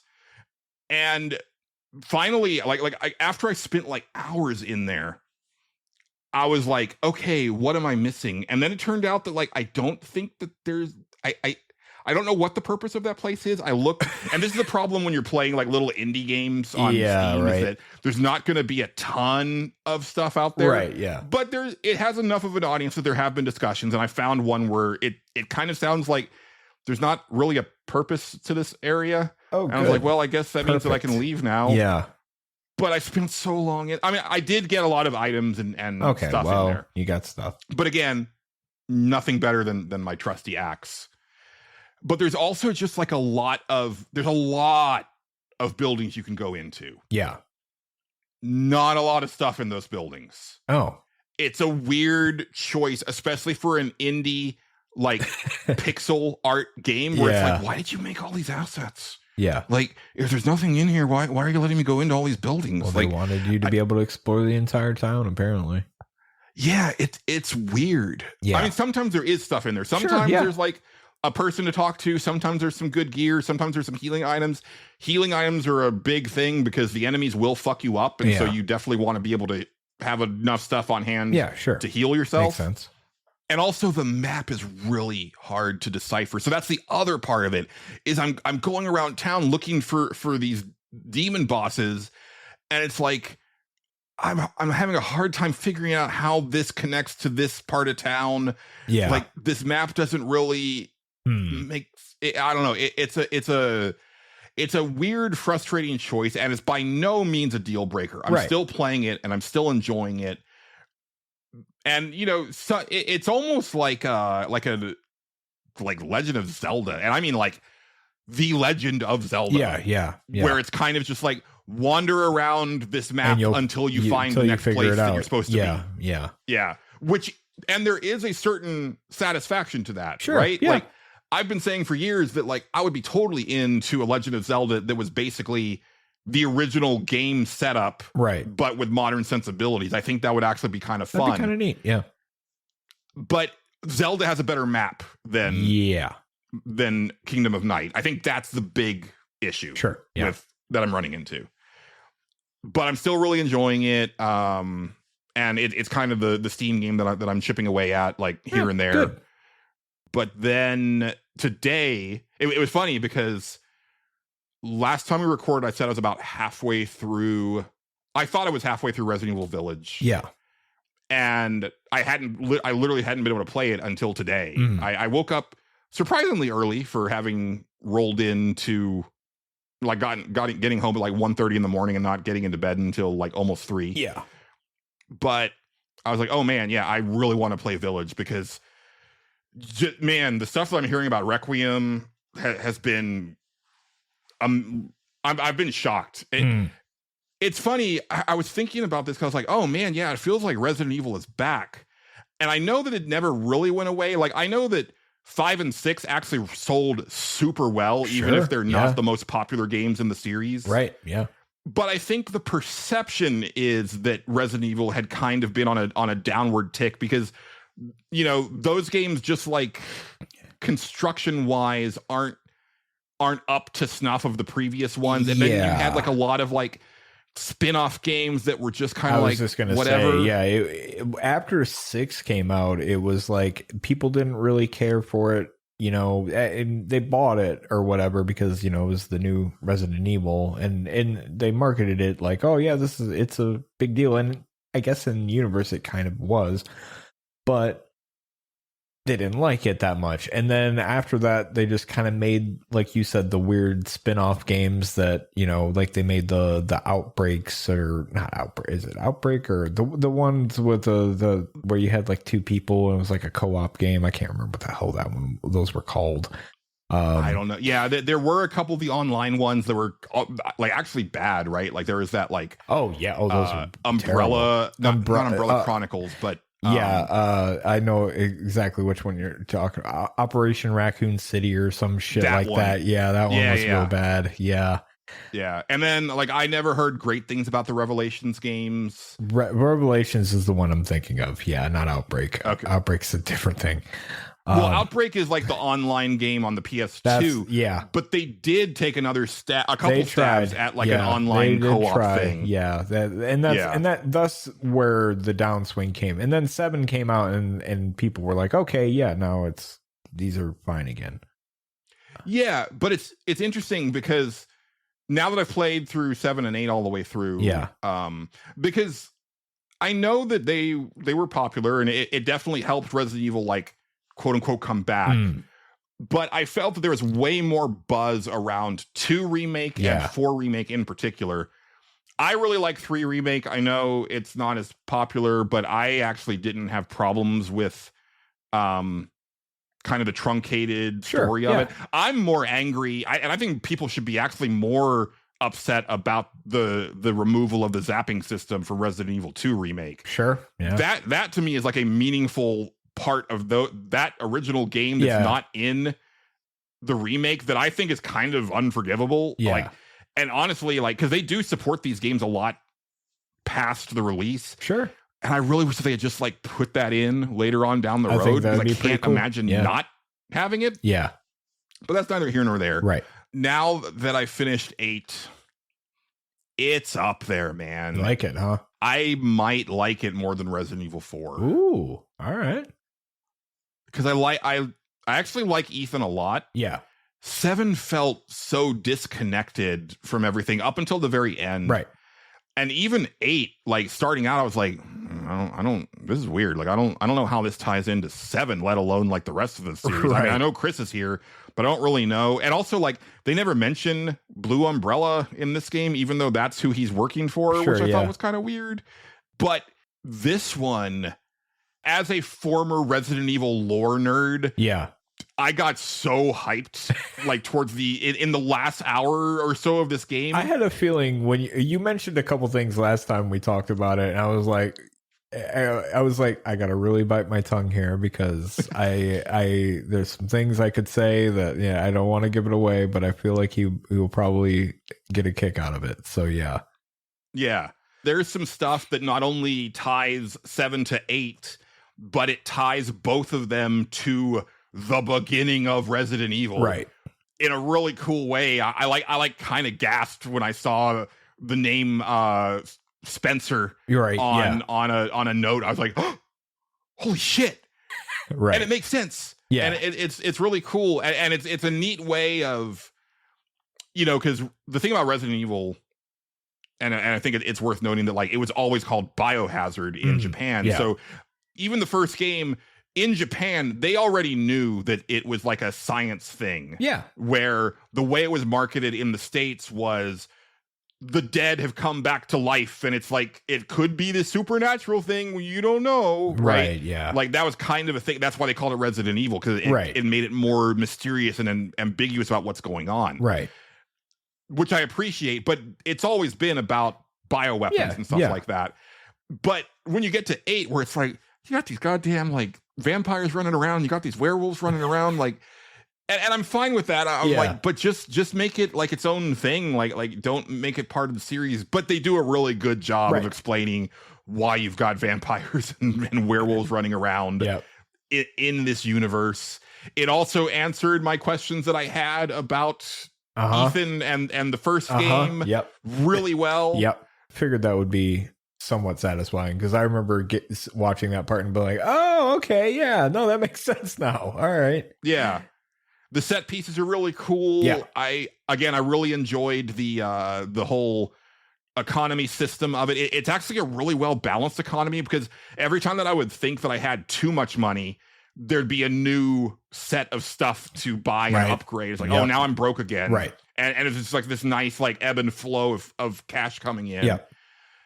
One thing I forgot to mention last time that I really want to like highlight and applaud Village for, because I've never seen this formula in the Resident Evil series, and I need to go back and also applaud 7 for doing something so different. I don't know if I don't know if I mentioned that when I played it just recently, but it was something that I had said back when the game came out that I appreciated the game doing, which was taking such a drastic swing and going not only into first person, but being more of like a Silent Hill style horror game in the sense that it's just this like normal dude in this scenario instead of like a well-trained cop or soldier type scenario. But the hub and spoke nature of the environment in Village is really cool. It's very cool. I agree. Yeah. Getting to like go back and revisit places once you have like the right key or you have like an item that allows you to do different things. And then when you factor in the cooking part of it, where then you start hunting some of the animals around. Right. Yeah. And the thing is like, there's a finite number of them. So it's like, you've got to kind of be looking out for them. Right. Otherwise you're not going to get everything that you need. I kind of fucked myself because I didn't realize there was a cooking mechanic, and I had like killed some fish and I had fish on me and I sold those fish to the Duke. Yeah. That was a mistake. Right. I needed those fish. Well, Yeah, I think I did 3 of the recipes. There's not a ton of them. Right. But they do give you like some significant stats. Yeah. That stuff was all really cool. Like I said, it feels really good to play. Yeah. I will say I want to play it again and take the auto assist or the aim assist off because it gets it gets super aggressive at the very end when there's a lot of enemies and it's almost like it's playing the game for you, and you can't turn it off mid session. You have to like exit out to the menu and go into the option and do it. And I was like at the very end, I didn't want to do that. Yeah. But yeah, man, I'm super happy with Resident Evil 8. And that's awesome. I did buy Requiem right after I finished it, and I downloaded it. I wanted it physically, but Requiem, we were talking about this before the show, but Requiem, I was saying, kind of has broken containment in a way that I was not expecting. It's already sold over 5 million copies. Yeah. And it's sold out physically everywhere. Yeah. And because I didn't want to order it because I knew I was going to be out of town, so I didn't want it just sitting on my doorstep. So I was like, oh, I'll get it when I get back. Right. And then I couldn't. Right. And I even looked in a couple places in the Springs, and they didn't have it. And then I did order on Amazon, and they didn't know when it was going to be shipping it first. Right. And then it was like, oh, it's going to be at like the end of the month. And I was like, I'll just cancel this and I'll buy a digital copy. Right, and then when the physical version is like dirt cheap down the road, I'll just get that for the shelf. It's fine. But I haven't touched it yet. It's been like super glowing praise. Yeah. And again, I appreciate it for doing something different yet again, where it's like, it's almost two Resident Evils strapped together. You're getting that Ethan Winters style of game with Grace. I mean, I know that you can change the perspective on either of them, but the way that it's set up, I understand, is that hers starts in first person, where then Leon's starts in third person, because it's his section is more of like a Resident Evil 2 or 4 type scenario. Right. And that I'm really excited to do that. Yeah, it's from what I watched of it, it's really neat.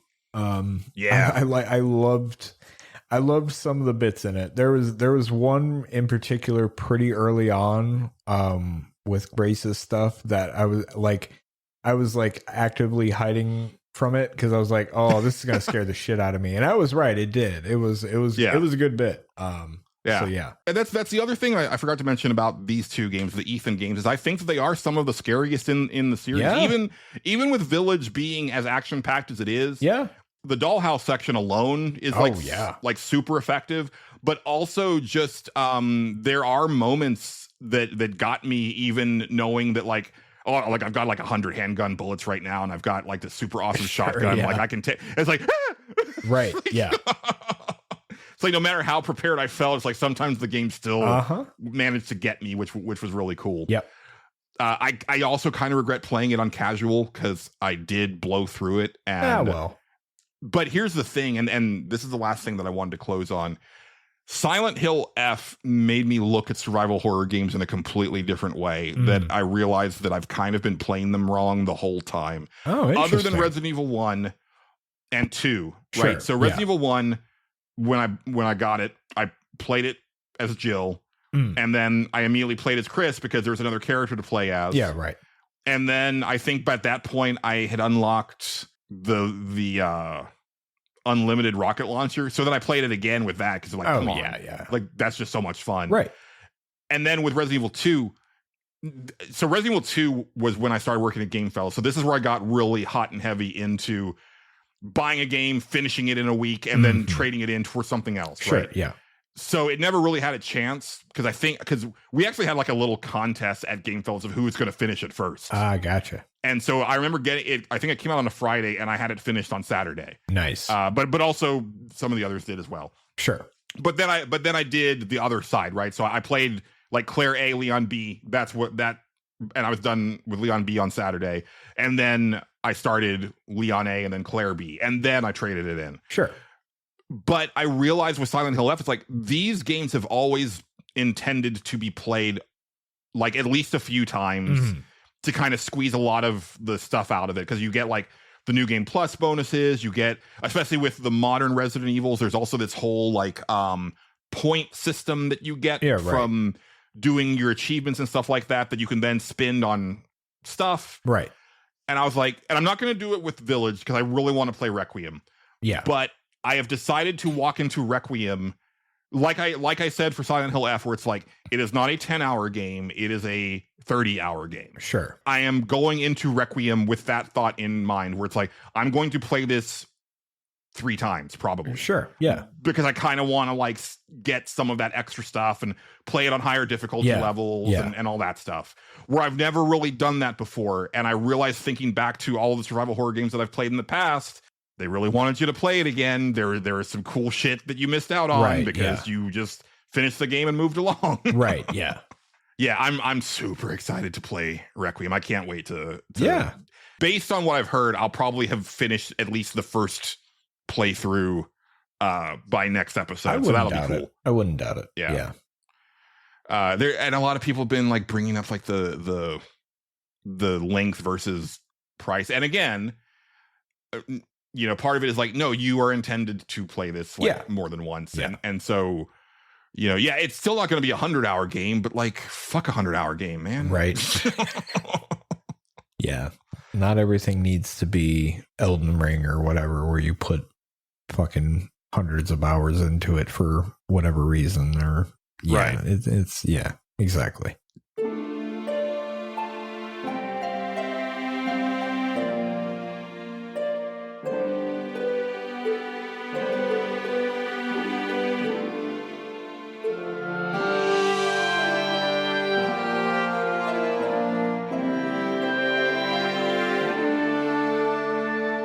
So that's it for my games. I do have some more stuff from my trip, but Justin, I'm sure that you checked out some stuff. Actually, before you even get started, sure, I do see Captain Jean-Luc Picard on the desk. Oh, yeah, next to you. Have you been watching more of Star Trek: The Next Generation? I forgot last time to update about that. So this is from my friend Lonnie. He gave me this. He had an extra copy of it. It is Star Trek: The Next Generation's number 18. Just the trade paperback or whatever it is. Paperback novel, yeah, whatever the hell it is. The mass market paperback is how he puts it. That's the phrasing I was looking for of Q-in-law. Two of the most powerful forces in the galaxy are about to collide. That's what it says. Oh, I saw Troy on there. If it's also Troy's mother and Q. Oh, it is Troy's mother. Oh, yeah, that would be very fun. Don't read that yet. I told him that. I said I have to wait till I get later in the series before I read it. And he was like, "No, that's the right move." And I was like, "Okay, good." So there has been a snafu in my watch of it. I've only about 4 or 5 episodes into season 1. Okay. The thing that happened, and it's kind of a funny story. So I was watching, I was like I said, episode 4 or 5. I did find the episode that pertained to that game that I played, Resurgence or whatever.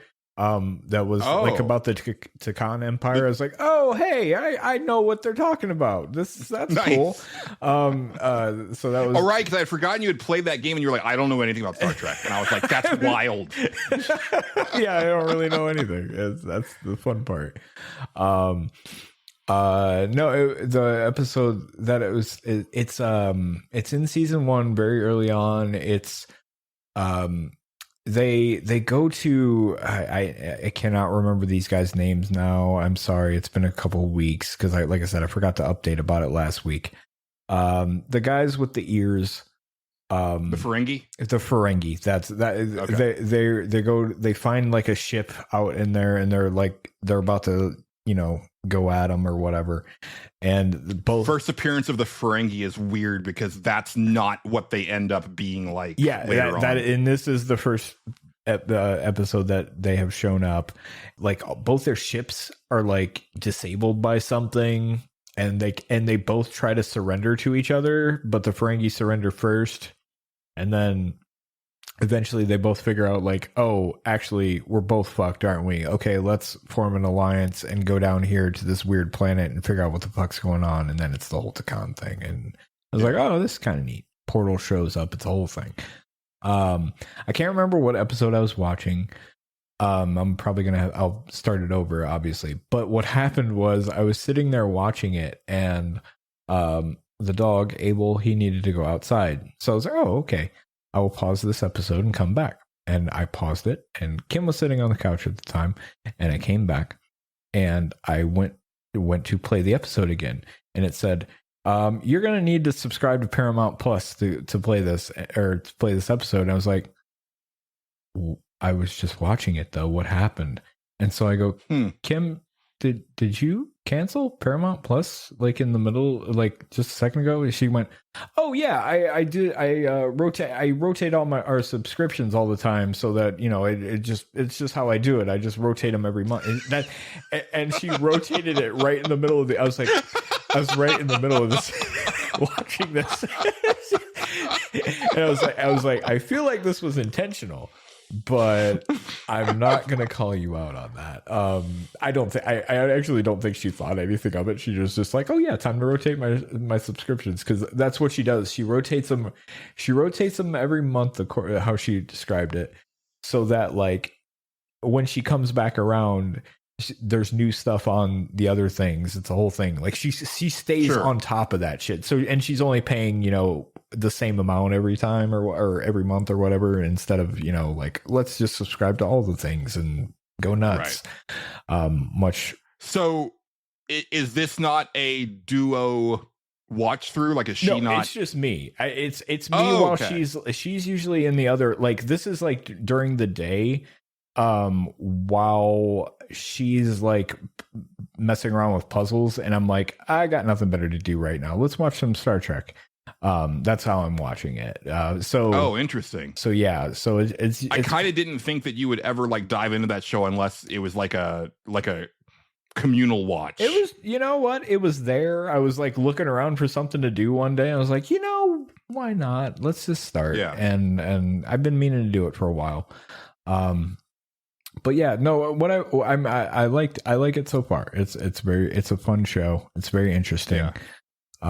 But yeah, that shit cracked me up when I was like, and then she felt bad. She was like, "Do you want me to put it back on?" I was like, "No. We'll wait till it comes back around, and then it'll be fun." Yeah. I don't know a lot about Gene Roddenberry, the man. Yeah. Obviously, like, the original Star Trek show is known for how progressive it was at the time, right? It's like, it's got the first interracial kiss. Like, it had women in more progressive roles, like of society than what was going on at the time. Yeah. But at the same time, it's like, but you still had them dressed in miniskirts and go-go boots. Yeah. And like, there is like a lot of just like weird casual sexism in that first season, because he's still heavily involved. And it's like, because I remember this in the Ferengi episode, but there's also, you might not have gotten to it yet, but there's an episode where they land on Space Africa. That already happened. I know exactly the episode you're talking about. They don't land there. They go there to get a serum for some disease or something like that. And it's like the second or third episode. There's enough iterations in that first episode of, you let your woman do blah blah blah. Yeah, it's all the time. It's all the time. It's the whole episode, and it's like it's basically the one security girl kicking everybody's ass or whatever. Yes, and because like the one dude wants to marry her or whatever. Yeah, it's real fucking weird. Yeah, there's a lot of that episode. I was like, oh man, this is a little questionable. Just all around, just the whole thing actually is a little weird. And you know, like, Troy is not technically a part of Starfleet, right? Like, she's there as the counselor, right? Sure, she hasn't gone through Starfleet training and stuff like that, so she doesn't have like. Well, no, but she does have the regular Starfleet uniform at the beginning. It's weird because later on, even after Gene Roddenberry is gone, they're like, okay, she's not part of Starfleet, so she's not going to have like a Starfleet uniform. Right. So they put her in this teal blue dress with just like all the cleavage. I kind of half-ass remember that. Yeah. It's.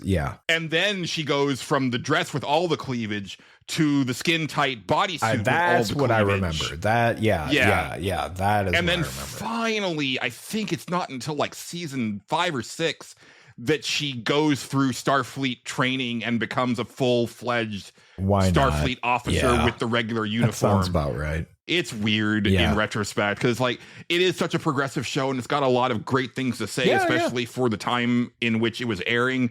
But then there's other stuff where it's like, yeah, but what about this? I don't understand this. It's a little that Africa episode or whatever that was. I was like, I don't know about this, but that's the fun. And like I said, it gets better after Roddenberry leaves, and then like, obviously like as the budget gets better, like it just the show just keeps getting better throughout the entire, like it's not one of those that falls off. Right. It just continues to get better, like season after season. But also like even when you have an episode like that and you're like, I don't know about this one, it's only one episode, so you move on, and it's a different thing. It's like, oh cool, all right, I'm into this more. But yeah, I miss that. I miss that type of television I agree. show. I like that kind of television show. I wish we'd do that, but people want ongoing stories apparently. So here we are. And the first time that happened, I was really into it, right? Yeah, when for sure. Buffy the Vampire Slayer started to have like, you would have your monster of the week, but then also there was the big bad in the background. Right, yeah. That was really awesome. Yeah. But I'm at the point now where it's like, but let's have some other shows that do this thing. Yeah. John Golson has always talked about the way that you do Fantastic Four is not a movie. You do a weekly television show that's basically Star Trek, but with superheroes. Yeah.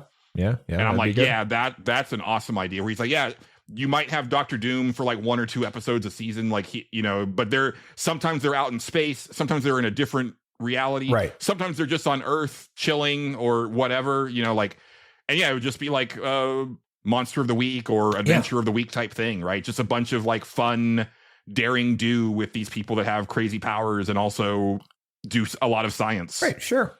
Yeah, that would work. That'd be good. Yeah. But yeah, Star Trek's pretty okay. But yeah, I am now waiting for our rotation of Paramount Plus to come back to watch more. I did watch some movies.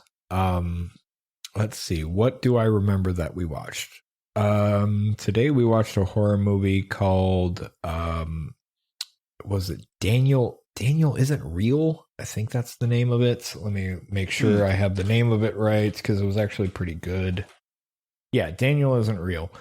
It's about this guy who as a kid had an imaginary friend, and the imaginary friend basically convinces him to try to commit an attempted murder on his mother. So then they lock the imaginary friend away, and then he gets older and he needs help. So his therapist, I believe, is like, oh, you should tap into the imaginary friend thing maybe for a little bit, try it out, see what happens. So he goes and that's a weird thing for a therapist to suggest. It was a whole thing. I don't really know, but actually a really cool movie. Like really, sounds cool. Kind of trippy. Like had some. The Daniel, the imaginary friend, is played by Arnold Schwarzenegger's son. Which was interesting, and they did a great job. It's actually pretty cool. Like pretty interesting movie. Okay, I watched 2 Keanu Reeves movies. One was fucking awful, and the other was really great. The one that was fucking awful was called Replicas. Okay. You don't need to watch. Okay. You don't need to watch Replicas, Julian. No, I don't know about that movie. I was worried that you were going to say something else. Okay. which I actually also rewatched while I was in Colorado Springs. All right. Maybe it's the one that I thought was good, so I don't know. I hope so. But yeah, Replicas is a terrible movie. It's essentially okay. The pitch here is Keanu Reeves is a genius doctor. Already strike one. Probably shouldn't make Keanu Reeves a genius doctor. I'm just gonna throw that out there. He's like a genius. I love the man, but that's not his wheelhouse. No. He's like a genius doctor, scientist guy, and he's trying to basically start the Ghost in the Shell universe. He's trying to like. He's taking these like dead people and trying to put them in a robot body, and it's not going well. And he's really bummed out. They're going to shut the program down. Okay.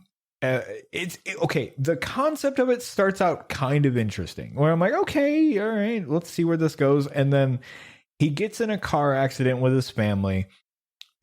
His whole family dies, and he drags them out, and he's like, oh shit, I got just enough time to put their brains in a clone body, because they're also working on cloning. So he clones his family and gives them, all of their memories except for a few, and then he solves his problems and stuff like that. and it's like, okay, it starts out as like this kind of like, okay, moral thing, like should he be doing this, you know, blah blah blah. It's Keanu Reeves. It sounds like the premise for 2 movies, right? It comes back around, the robot thing. It's really weird. What the biggest problem I had, the way the air left my lungs when it happened was like, eventually like the other shoe drops and the company that he's working for goes, oh yeah, no, we know that you were doing this and we set it all up, so you know now we need to get your family because you know they're all specimens and all this stuff. We're glad that you figured it all out though. So we'll just be taking all that. And then it turns into this like weird fucking action movie. And I was like, this is not where I thought this was going to go. This is not at all how, and it's not a good action movie. It's fucking terrible. Oh man, what a shit film. Especially when you have Keanu Reeves, who is in 2 of the greatest action franchises of all time. It was really weird, man. I don't know how to explain it because they need Keanu to like act, and it's not a role for him. Yeah, but God bless him, he tried. I love the man, but that was not a good movie. I could see him as a doctor, but not a genius doctor scientist. Yeah, like person. he's it's weird. Like you know, he's making these revelations like, oh, I'm doing it wrong, and I'm just like, no, man, I don't know. I don't know about this, man. I just don't know. The other movie, Keanu Reeves movie that I watched that I really like. Oh God, I'm gonna forget the name of it. Oh boy, what was it called? I wanted it to. Was it Good Fortune? It was Good Fortune. Yes, that was the other movie. It was Good Fortune. yeah. Good Fortune. Fucking love Good Fortune. Yeah, that's what we watched. I brought the Blu-ray over because I wanted Joe and Shanna to see it. Good Fortune is a good movie. I really enjoyed that movie a lot. Yeah. Kim liked it too. At first she like, because I put it on her watch list, like, yeah, Julian said this is really good and I thought it looked pretty funny. We should definitely watch this sometime. And she was like, I don't know. And I was like, all right, well. And then we had nothing to watch. I was like, can we please watch this movie? Maybe it'll be good. And because I think we had just watched that other Keanu Reeves movie. And I was like, please, can we watch something that's... Needed to redeem Keanu. Yeah, basically to myself. Yeah. Yeah. And we're watching it. We're just like, this is actually a really good movie. Yeah, that's a great film. It's I'm very not funny. a huge Aziz Ansari fan, and I do think acting wise he's the weak link in that movie. Yeah, but he's fine. Yeah, he's fine. He's fine. And the story is great. Like I love Joe and Shanna, but Joe used to have Republican leanings that are now gone because of the world. Uh-huh.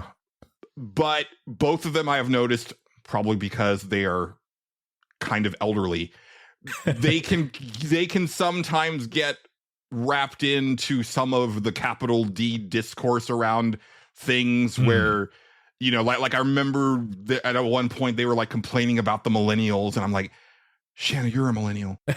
and I think one of the things is like they would get on like, well, just get a better job, blah, blah, blah. And it's like, this movie is so good about showing like the actual struggle that so many people are in. Yeah, no, it is. Right? It's really great. Yeah.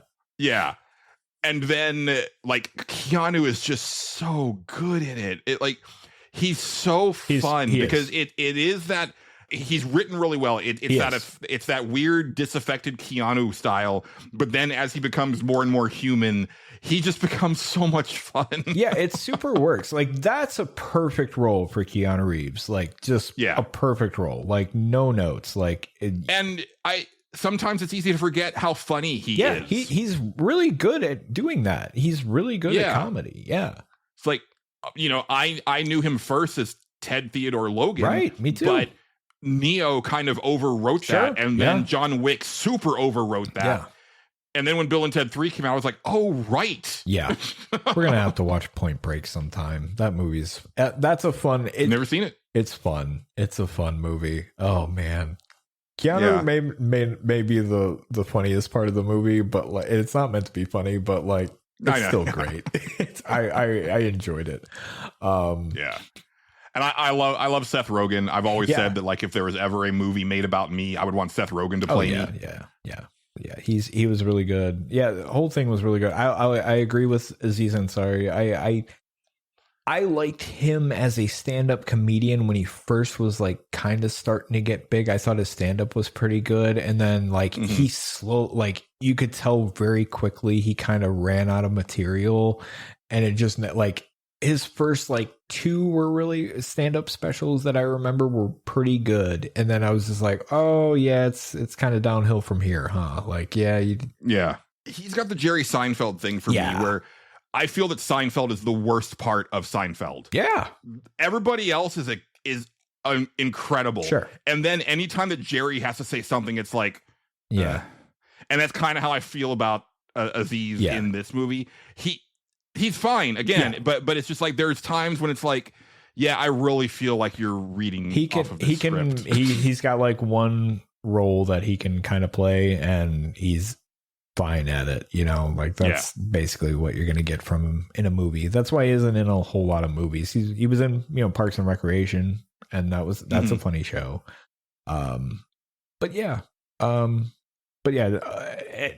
I digress. It was a good movie. Good Fortune is a good movie. I'm super happy that you enjoyed Good Fortune. It was great. I'm glad I watched it. The only other movie that I remember that I watched that I enjoyed, we rented 28 Years Later, The Bone Temple. John was telling me that he felt that was kind of like an all-timer.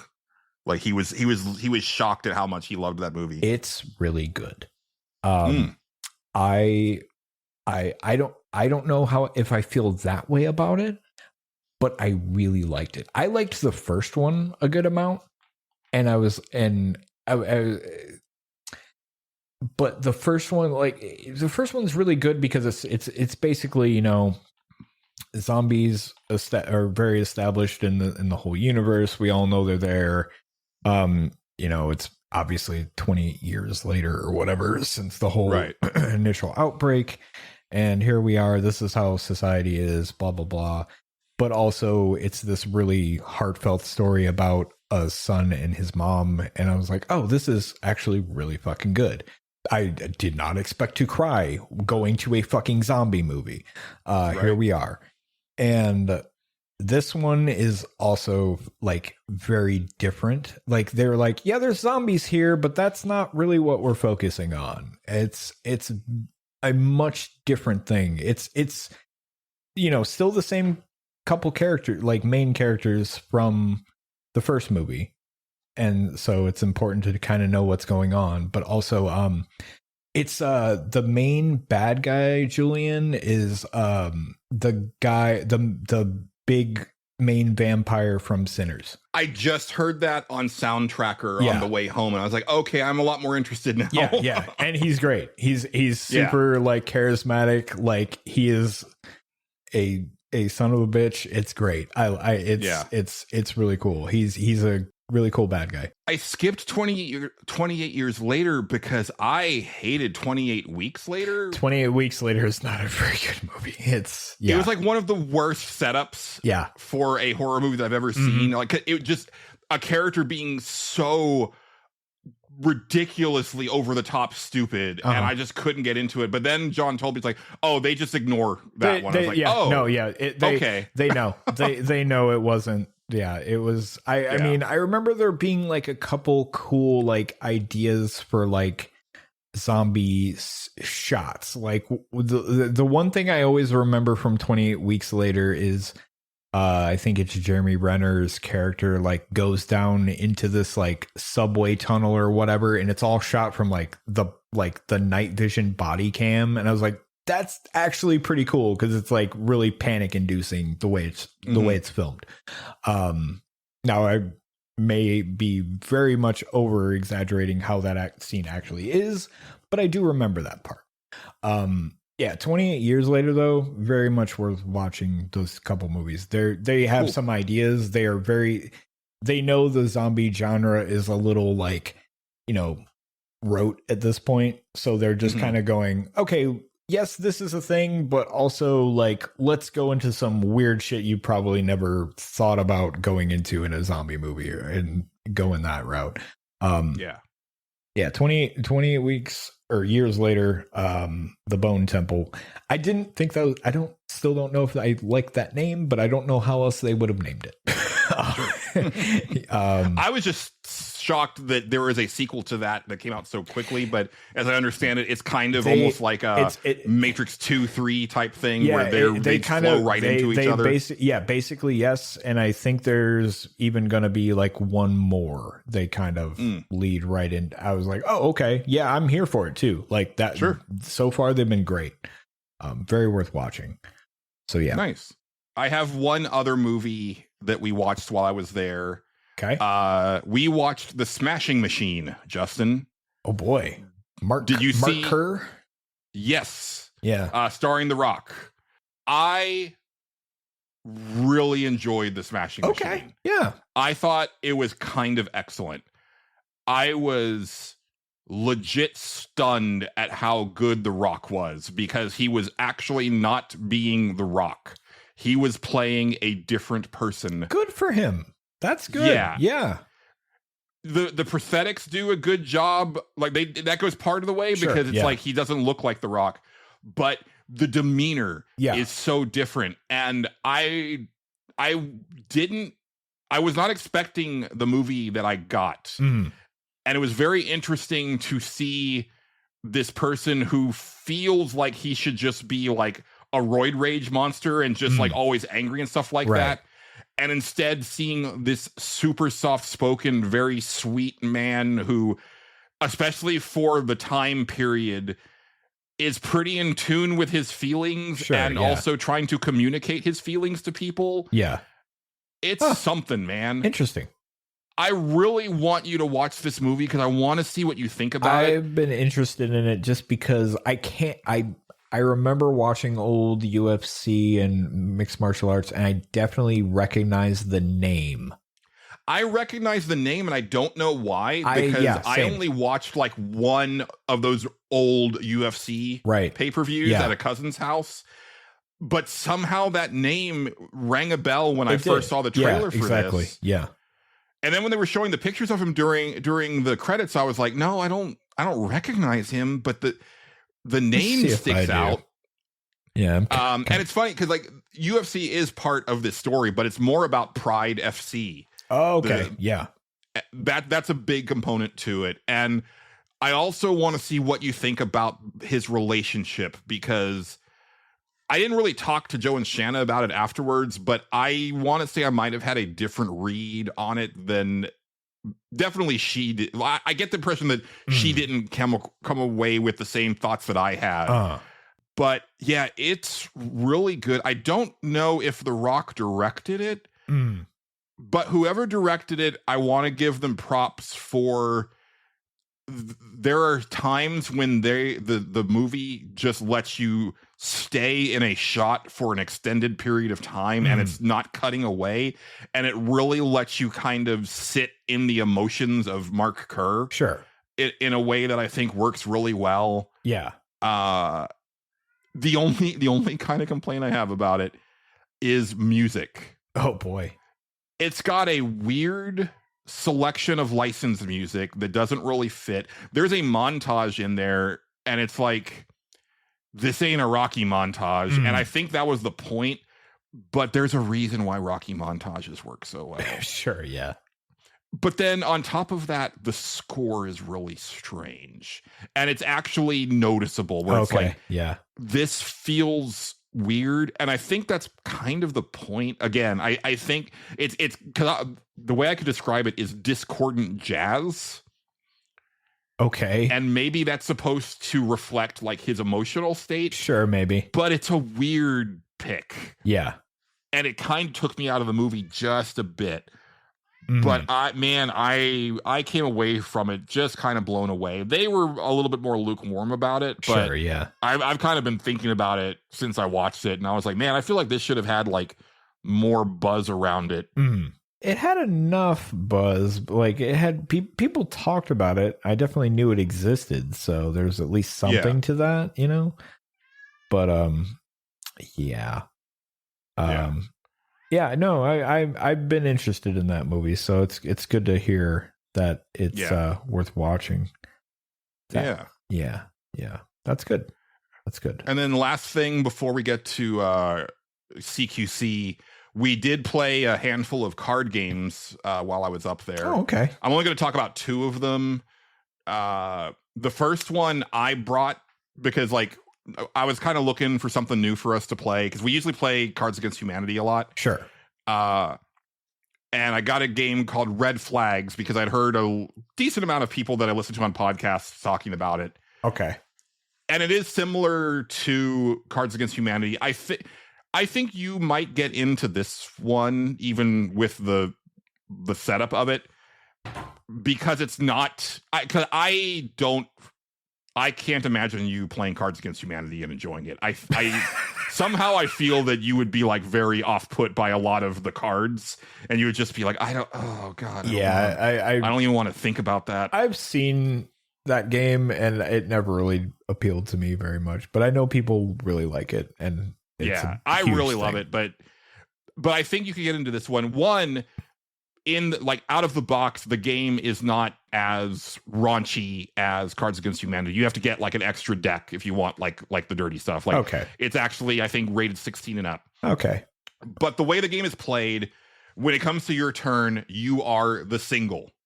Okay, the other players in the room put two white flag cards down. They basically try to make a dream date for the single. Okay. And the single has to assume they have to go into it thinking, I am going to date this person long term. This isn't just like a one-time date. This is like a person I'm going to be spending possibly the rest of my life with, right? Sure, That's the mentality of the single. Yeah. The reason I compare it to Cards Against Humanity is because you want to try to start playing to like what you know about the person. Okay. Right. Yeah. And so it'd be like, hey, the person I've got for you is this and this. And it's like, oh, that sounds really good. Because you play those cards first and then you go around the room and everybody presents their case. And then depending on how many players you had, it obviously was just the three of us. So we would just, each of the non-single people would just play their red flag. But basically, or let's say you have a circle of people, they play their red flag on the player to the left, and it just goes around until everybody has played their red flag. Okay. But you're looking at your red flag cards, trying to see like, okay, what is the thing that will gum up the works the most for the person that is the single right now? Yeah. And then once those are all revealed, there's like a debate around the entire room, and like people are like picture their kids like, well, no, but still, but look at all these good things. It's like, you can look past this. Right. And then the single ultimately decides who they're going to go with. And then that person keeps the red flag as their point, and you just keep going however long you want to go. Okay. It's pretty fun where you start to really use it. Like one for Shanna, I was like, Shanna, this guy knows every romance language and he listens to everything you say. And she was like, fuck. Yeah. And then even when the red flag was placed, she's like, no, yeah, that it's that one. It's that one. Yeah. Nice. I do. There's a make it nerdier deck and there's a make it dirtier deck, and I want to get both of those for that sounds next fun. time. Yeah. That sounds we were all pretty like, cool. We were like, it could be nerdier and it could definitely be dirtier. Yeah. Like, yeah. It's a little bit too tame for our taste. Right. Yeah. No, that sounds pretty fun. Yeah. The last game that we played, I actually do think you would super enjoy. Okay. It's called Worst Case Scenario. All right.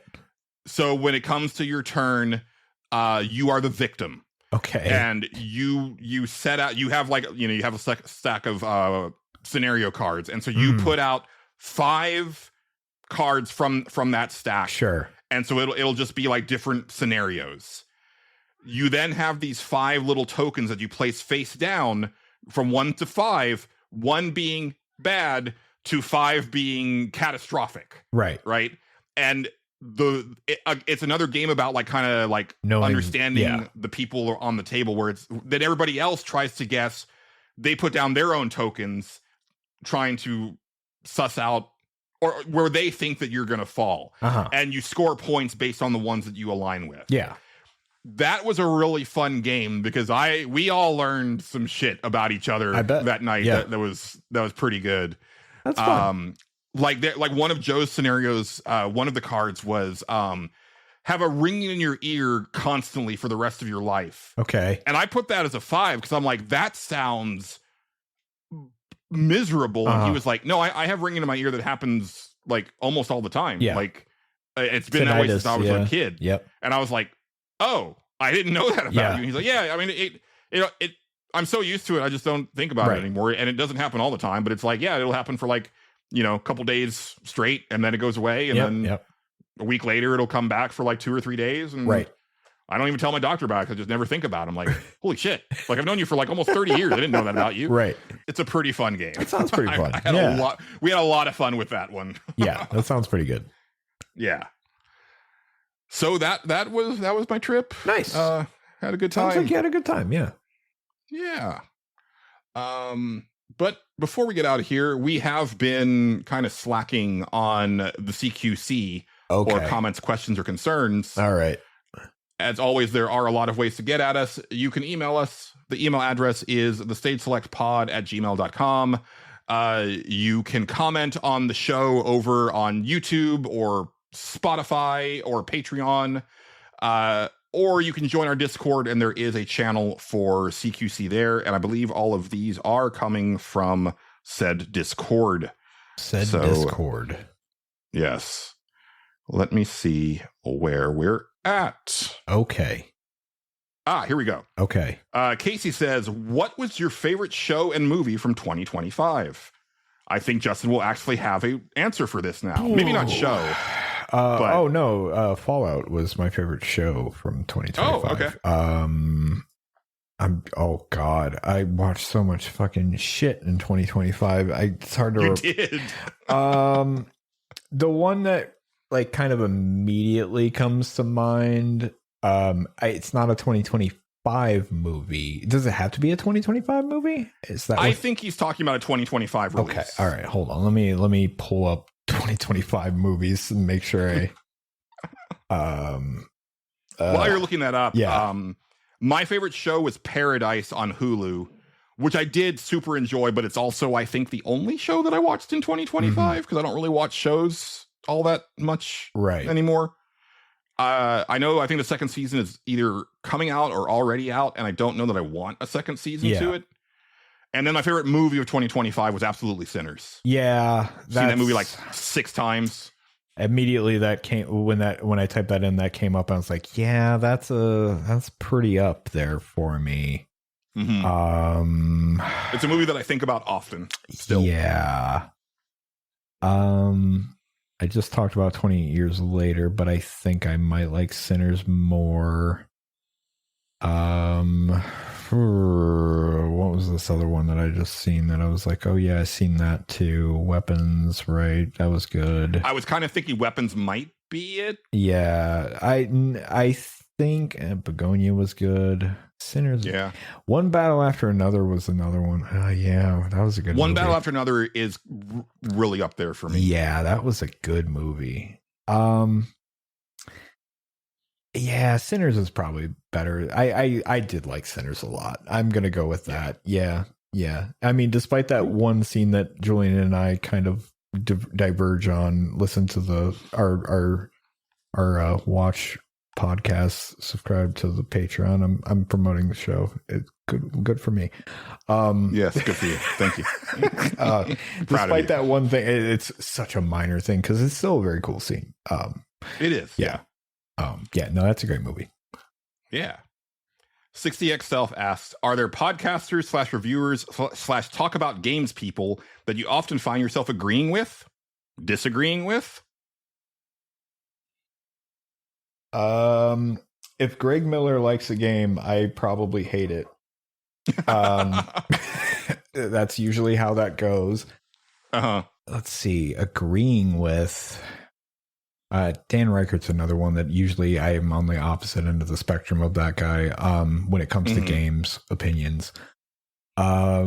Agreeing with, that's tough. I mean, Alex Navarro usually has a similar vibe to, like, I usually agree with him. Alex is up there for me. Yeah. Because he has a lot of the same issues that I have just in life. Like he's very depressed and anxious, and games that work on those emotions for him. Yeah. Like when he finds something like that he's into, I'm like, okay, well, I got to play that. Yeah. Yeah. Usually if he's high on something, I'm like, oh yeah, I definitely want to try that out now because so. Yeah. Vinny Caravella is almost always the one for me. Yeah. Like Vinny's up there too. Yeah. That's why I like, yeah. Brad, I'm usually kind of on the, he likes a different train of game than I do. And I respect that. Yeah. When Brad likes something because it's dumb, I know I'm probably gonna like it. But when Brad likes something because it's super fucking hard, that's where I'm like, there are certain times where I'm like, nah, that's not for me. But I'm glad you're into it, buddy. Yeah, that's great. Right now, the entirety of the Giant Bomb staff, like the current staff, I disagree with, because there was a time when I had dropped Giant Bomb because I wasn't really into what they were doing. When they went independent, I went ahead and joined as a premium member, and I've been listening to the show every week. And Mike Minotti does, like, he adds a lot to the dynamic. He's great, yeah. But what we have now is 5 people who all really love Nintendo and really don't like games that have stories, which is the antithesis of what I'm into. So it's really hard for me to listen to them talk about video games. Yeah, you'll have that. Yeah, you'll have that. But they do it in such an entertaining way that they're fun. I'm still there. Yeah, I agree. There you go. Orange Cloud 619 says, is there a plan to do a Suffer Select equivalent to Cinemorons where you make each other watch painfully bad movies, or has this already happened? I'm not thinking of cash grab trash, which is obviously soulless. I'm thinking more about movies with huge expectation mismatches. Although now that I've said it, it might be fun to listen to Justin discuss his appearance after watching The Adventures of Elmo in Grouchland. So, kind of. We're not going to do a second show like that. But there are things that I have on my list that are intended for Justin to suffer. Sure, I have not yet pulled that trigger because right now I am having a lot of fun showing Justin things that I either love or find interesting. Yeah. And I want to see if he also loves them or finds them interesting. Right. But there are some things that I have that are like, oh, this one is he's gonna fucking hate this and it's gonna be a lot of fun. but we're not quite there yet. I'm usually, when I pick a movie, I'm like testing the water with Julian. Like our most recent one is The Lobster, and I'm like, I have no idea what he's gonna think of that movie. So I am fascinated by it.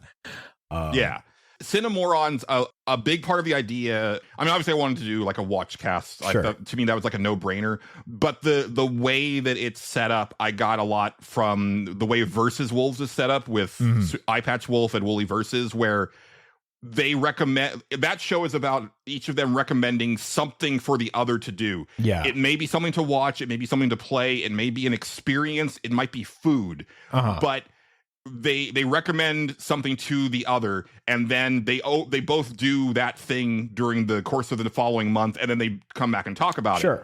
But the way the show started is almost immediately suffering happened, because the first thing that Eye Patch Wolf recommended to Wooly was Fear and Hunger. Yeah. But he didn't expect Wooly to beat the game, and so then Wooly was like, oh, I'm going to make the next thing hurt for you. And so it just became like this vicious circle for a really long time. Yeah. And I didn't want to start out Cinemorons that way, but there is like a hidden element of that down the road. Sure. Why not? Why not? But not yet. Like the thing that I have for my next month is not that. And actually, I'm not sure if I'm getting to that this season or not, because there are certain things where I'm like, oh, well, we got to do this around this time because of this thing. So yeah, there you go. Casey has another question. If you could pick any video game to get fruit snacks, or sorry, if you could pick any video game character to get fruit snacks, which would it be, and which character's items would you pick for 5 to 6 flavors? Oh. I wouldn't select Kirby to go get fruit snacks because he'd eat them all. Wait, are we? Hold on. No, I know that's not the question. Okay. But that's what I thought of it immediately. I was like, okay. why would I send a video game character to go get fruit snacks? Okay, got it. Yeah, I gotcha. Man, I don't know. Fruit snacks. It's a cute character. I don't know. I don't know if I would necessarily want a cute character. I think I would want Mass Effect fruit snacks. You and want I think Mass I would just Effect want ones? just a I would want like a gummy Normandy, and I would want an Asari and a Turian and a Krogan. Okay. And yeah, that's kind of and then maybe the Paragon and Renegade symbols to round it out. Sure. That sounds fun. Sure. I should just do Doom fruit snacks. That's a good one. Yeah.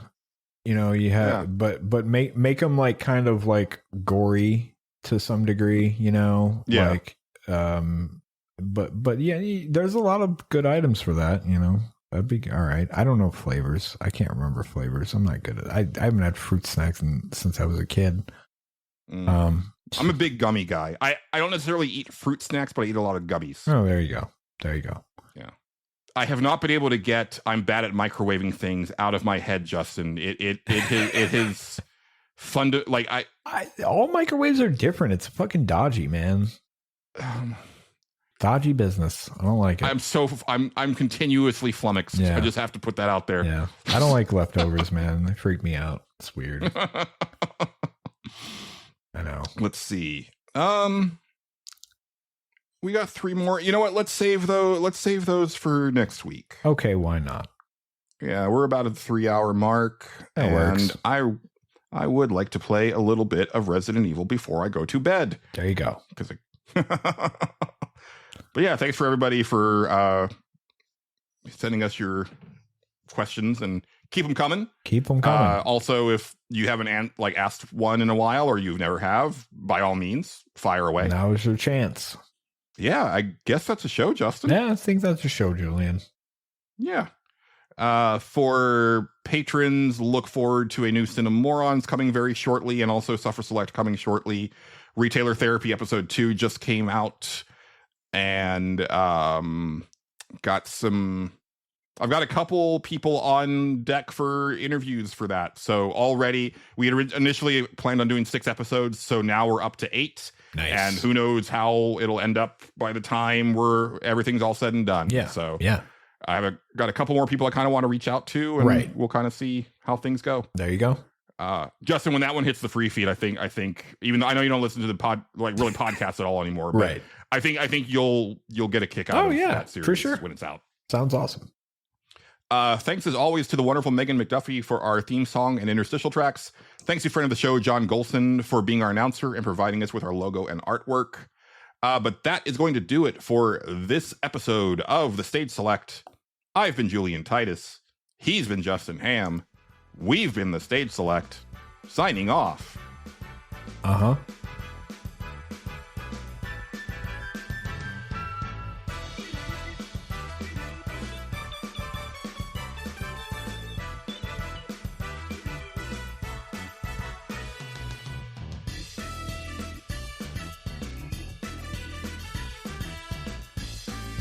The Stage Select is copyrighted and owned by Space Monkey Mafia Productions, specializing in independent podcasting. Please consider sharing the show with your friends and support us by joining our Patreon or donating to our coffee. Thank you, and good night.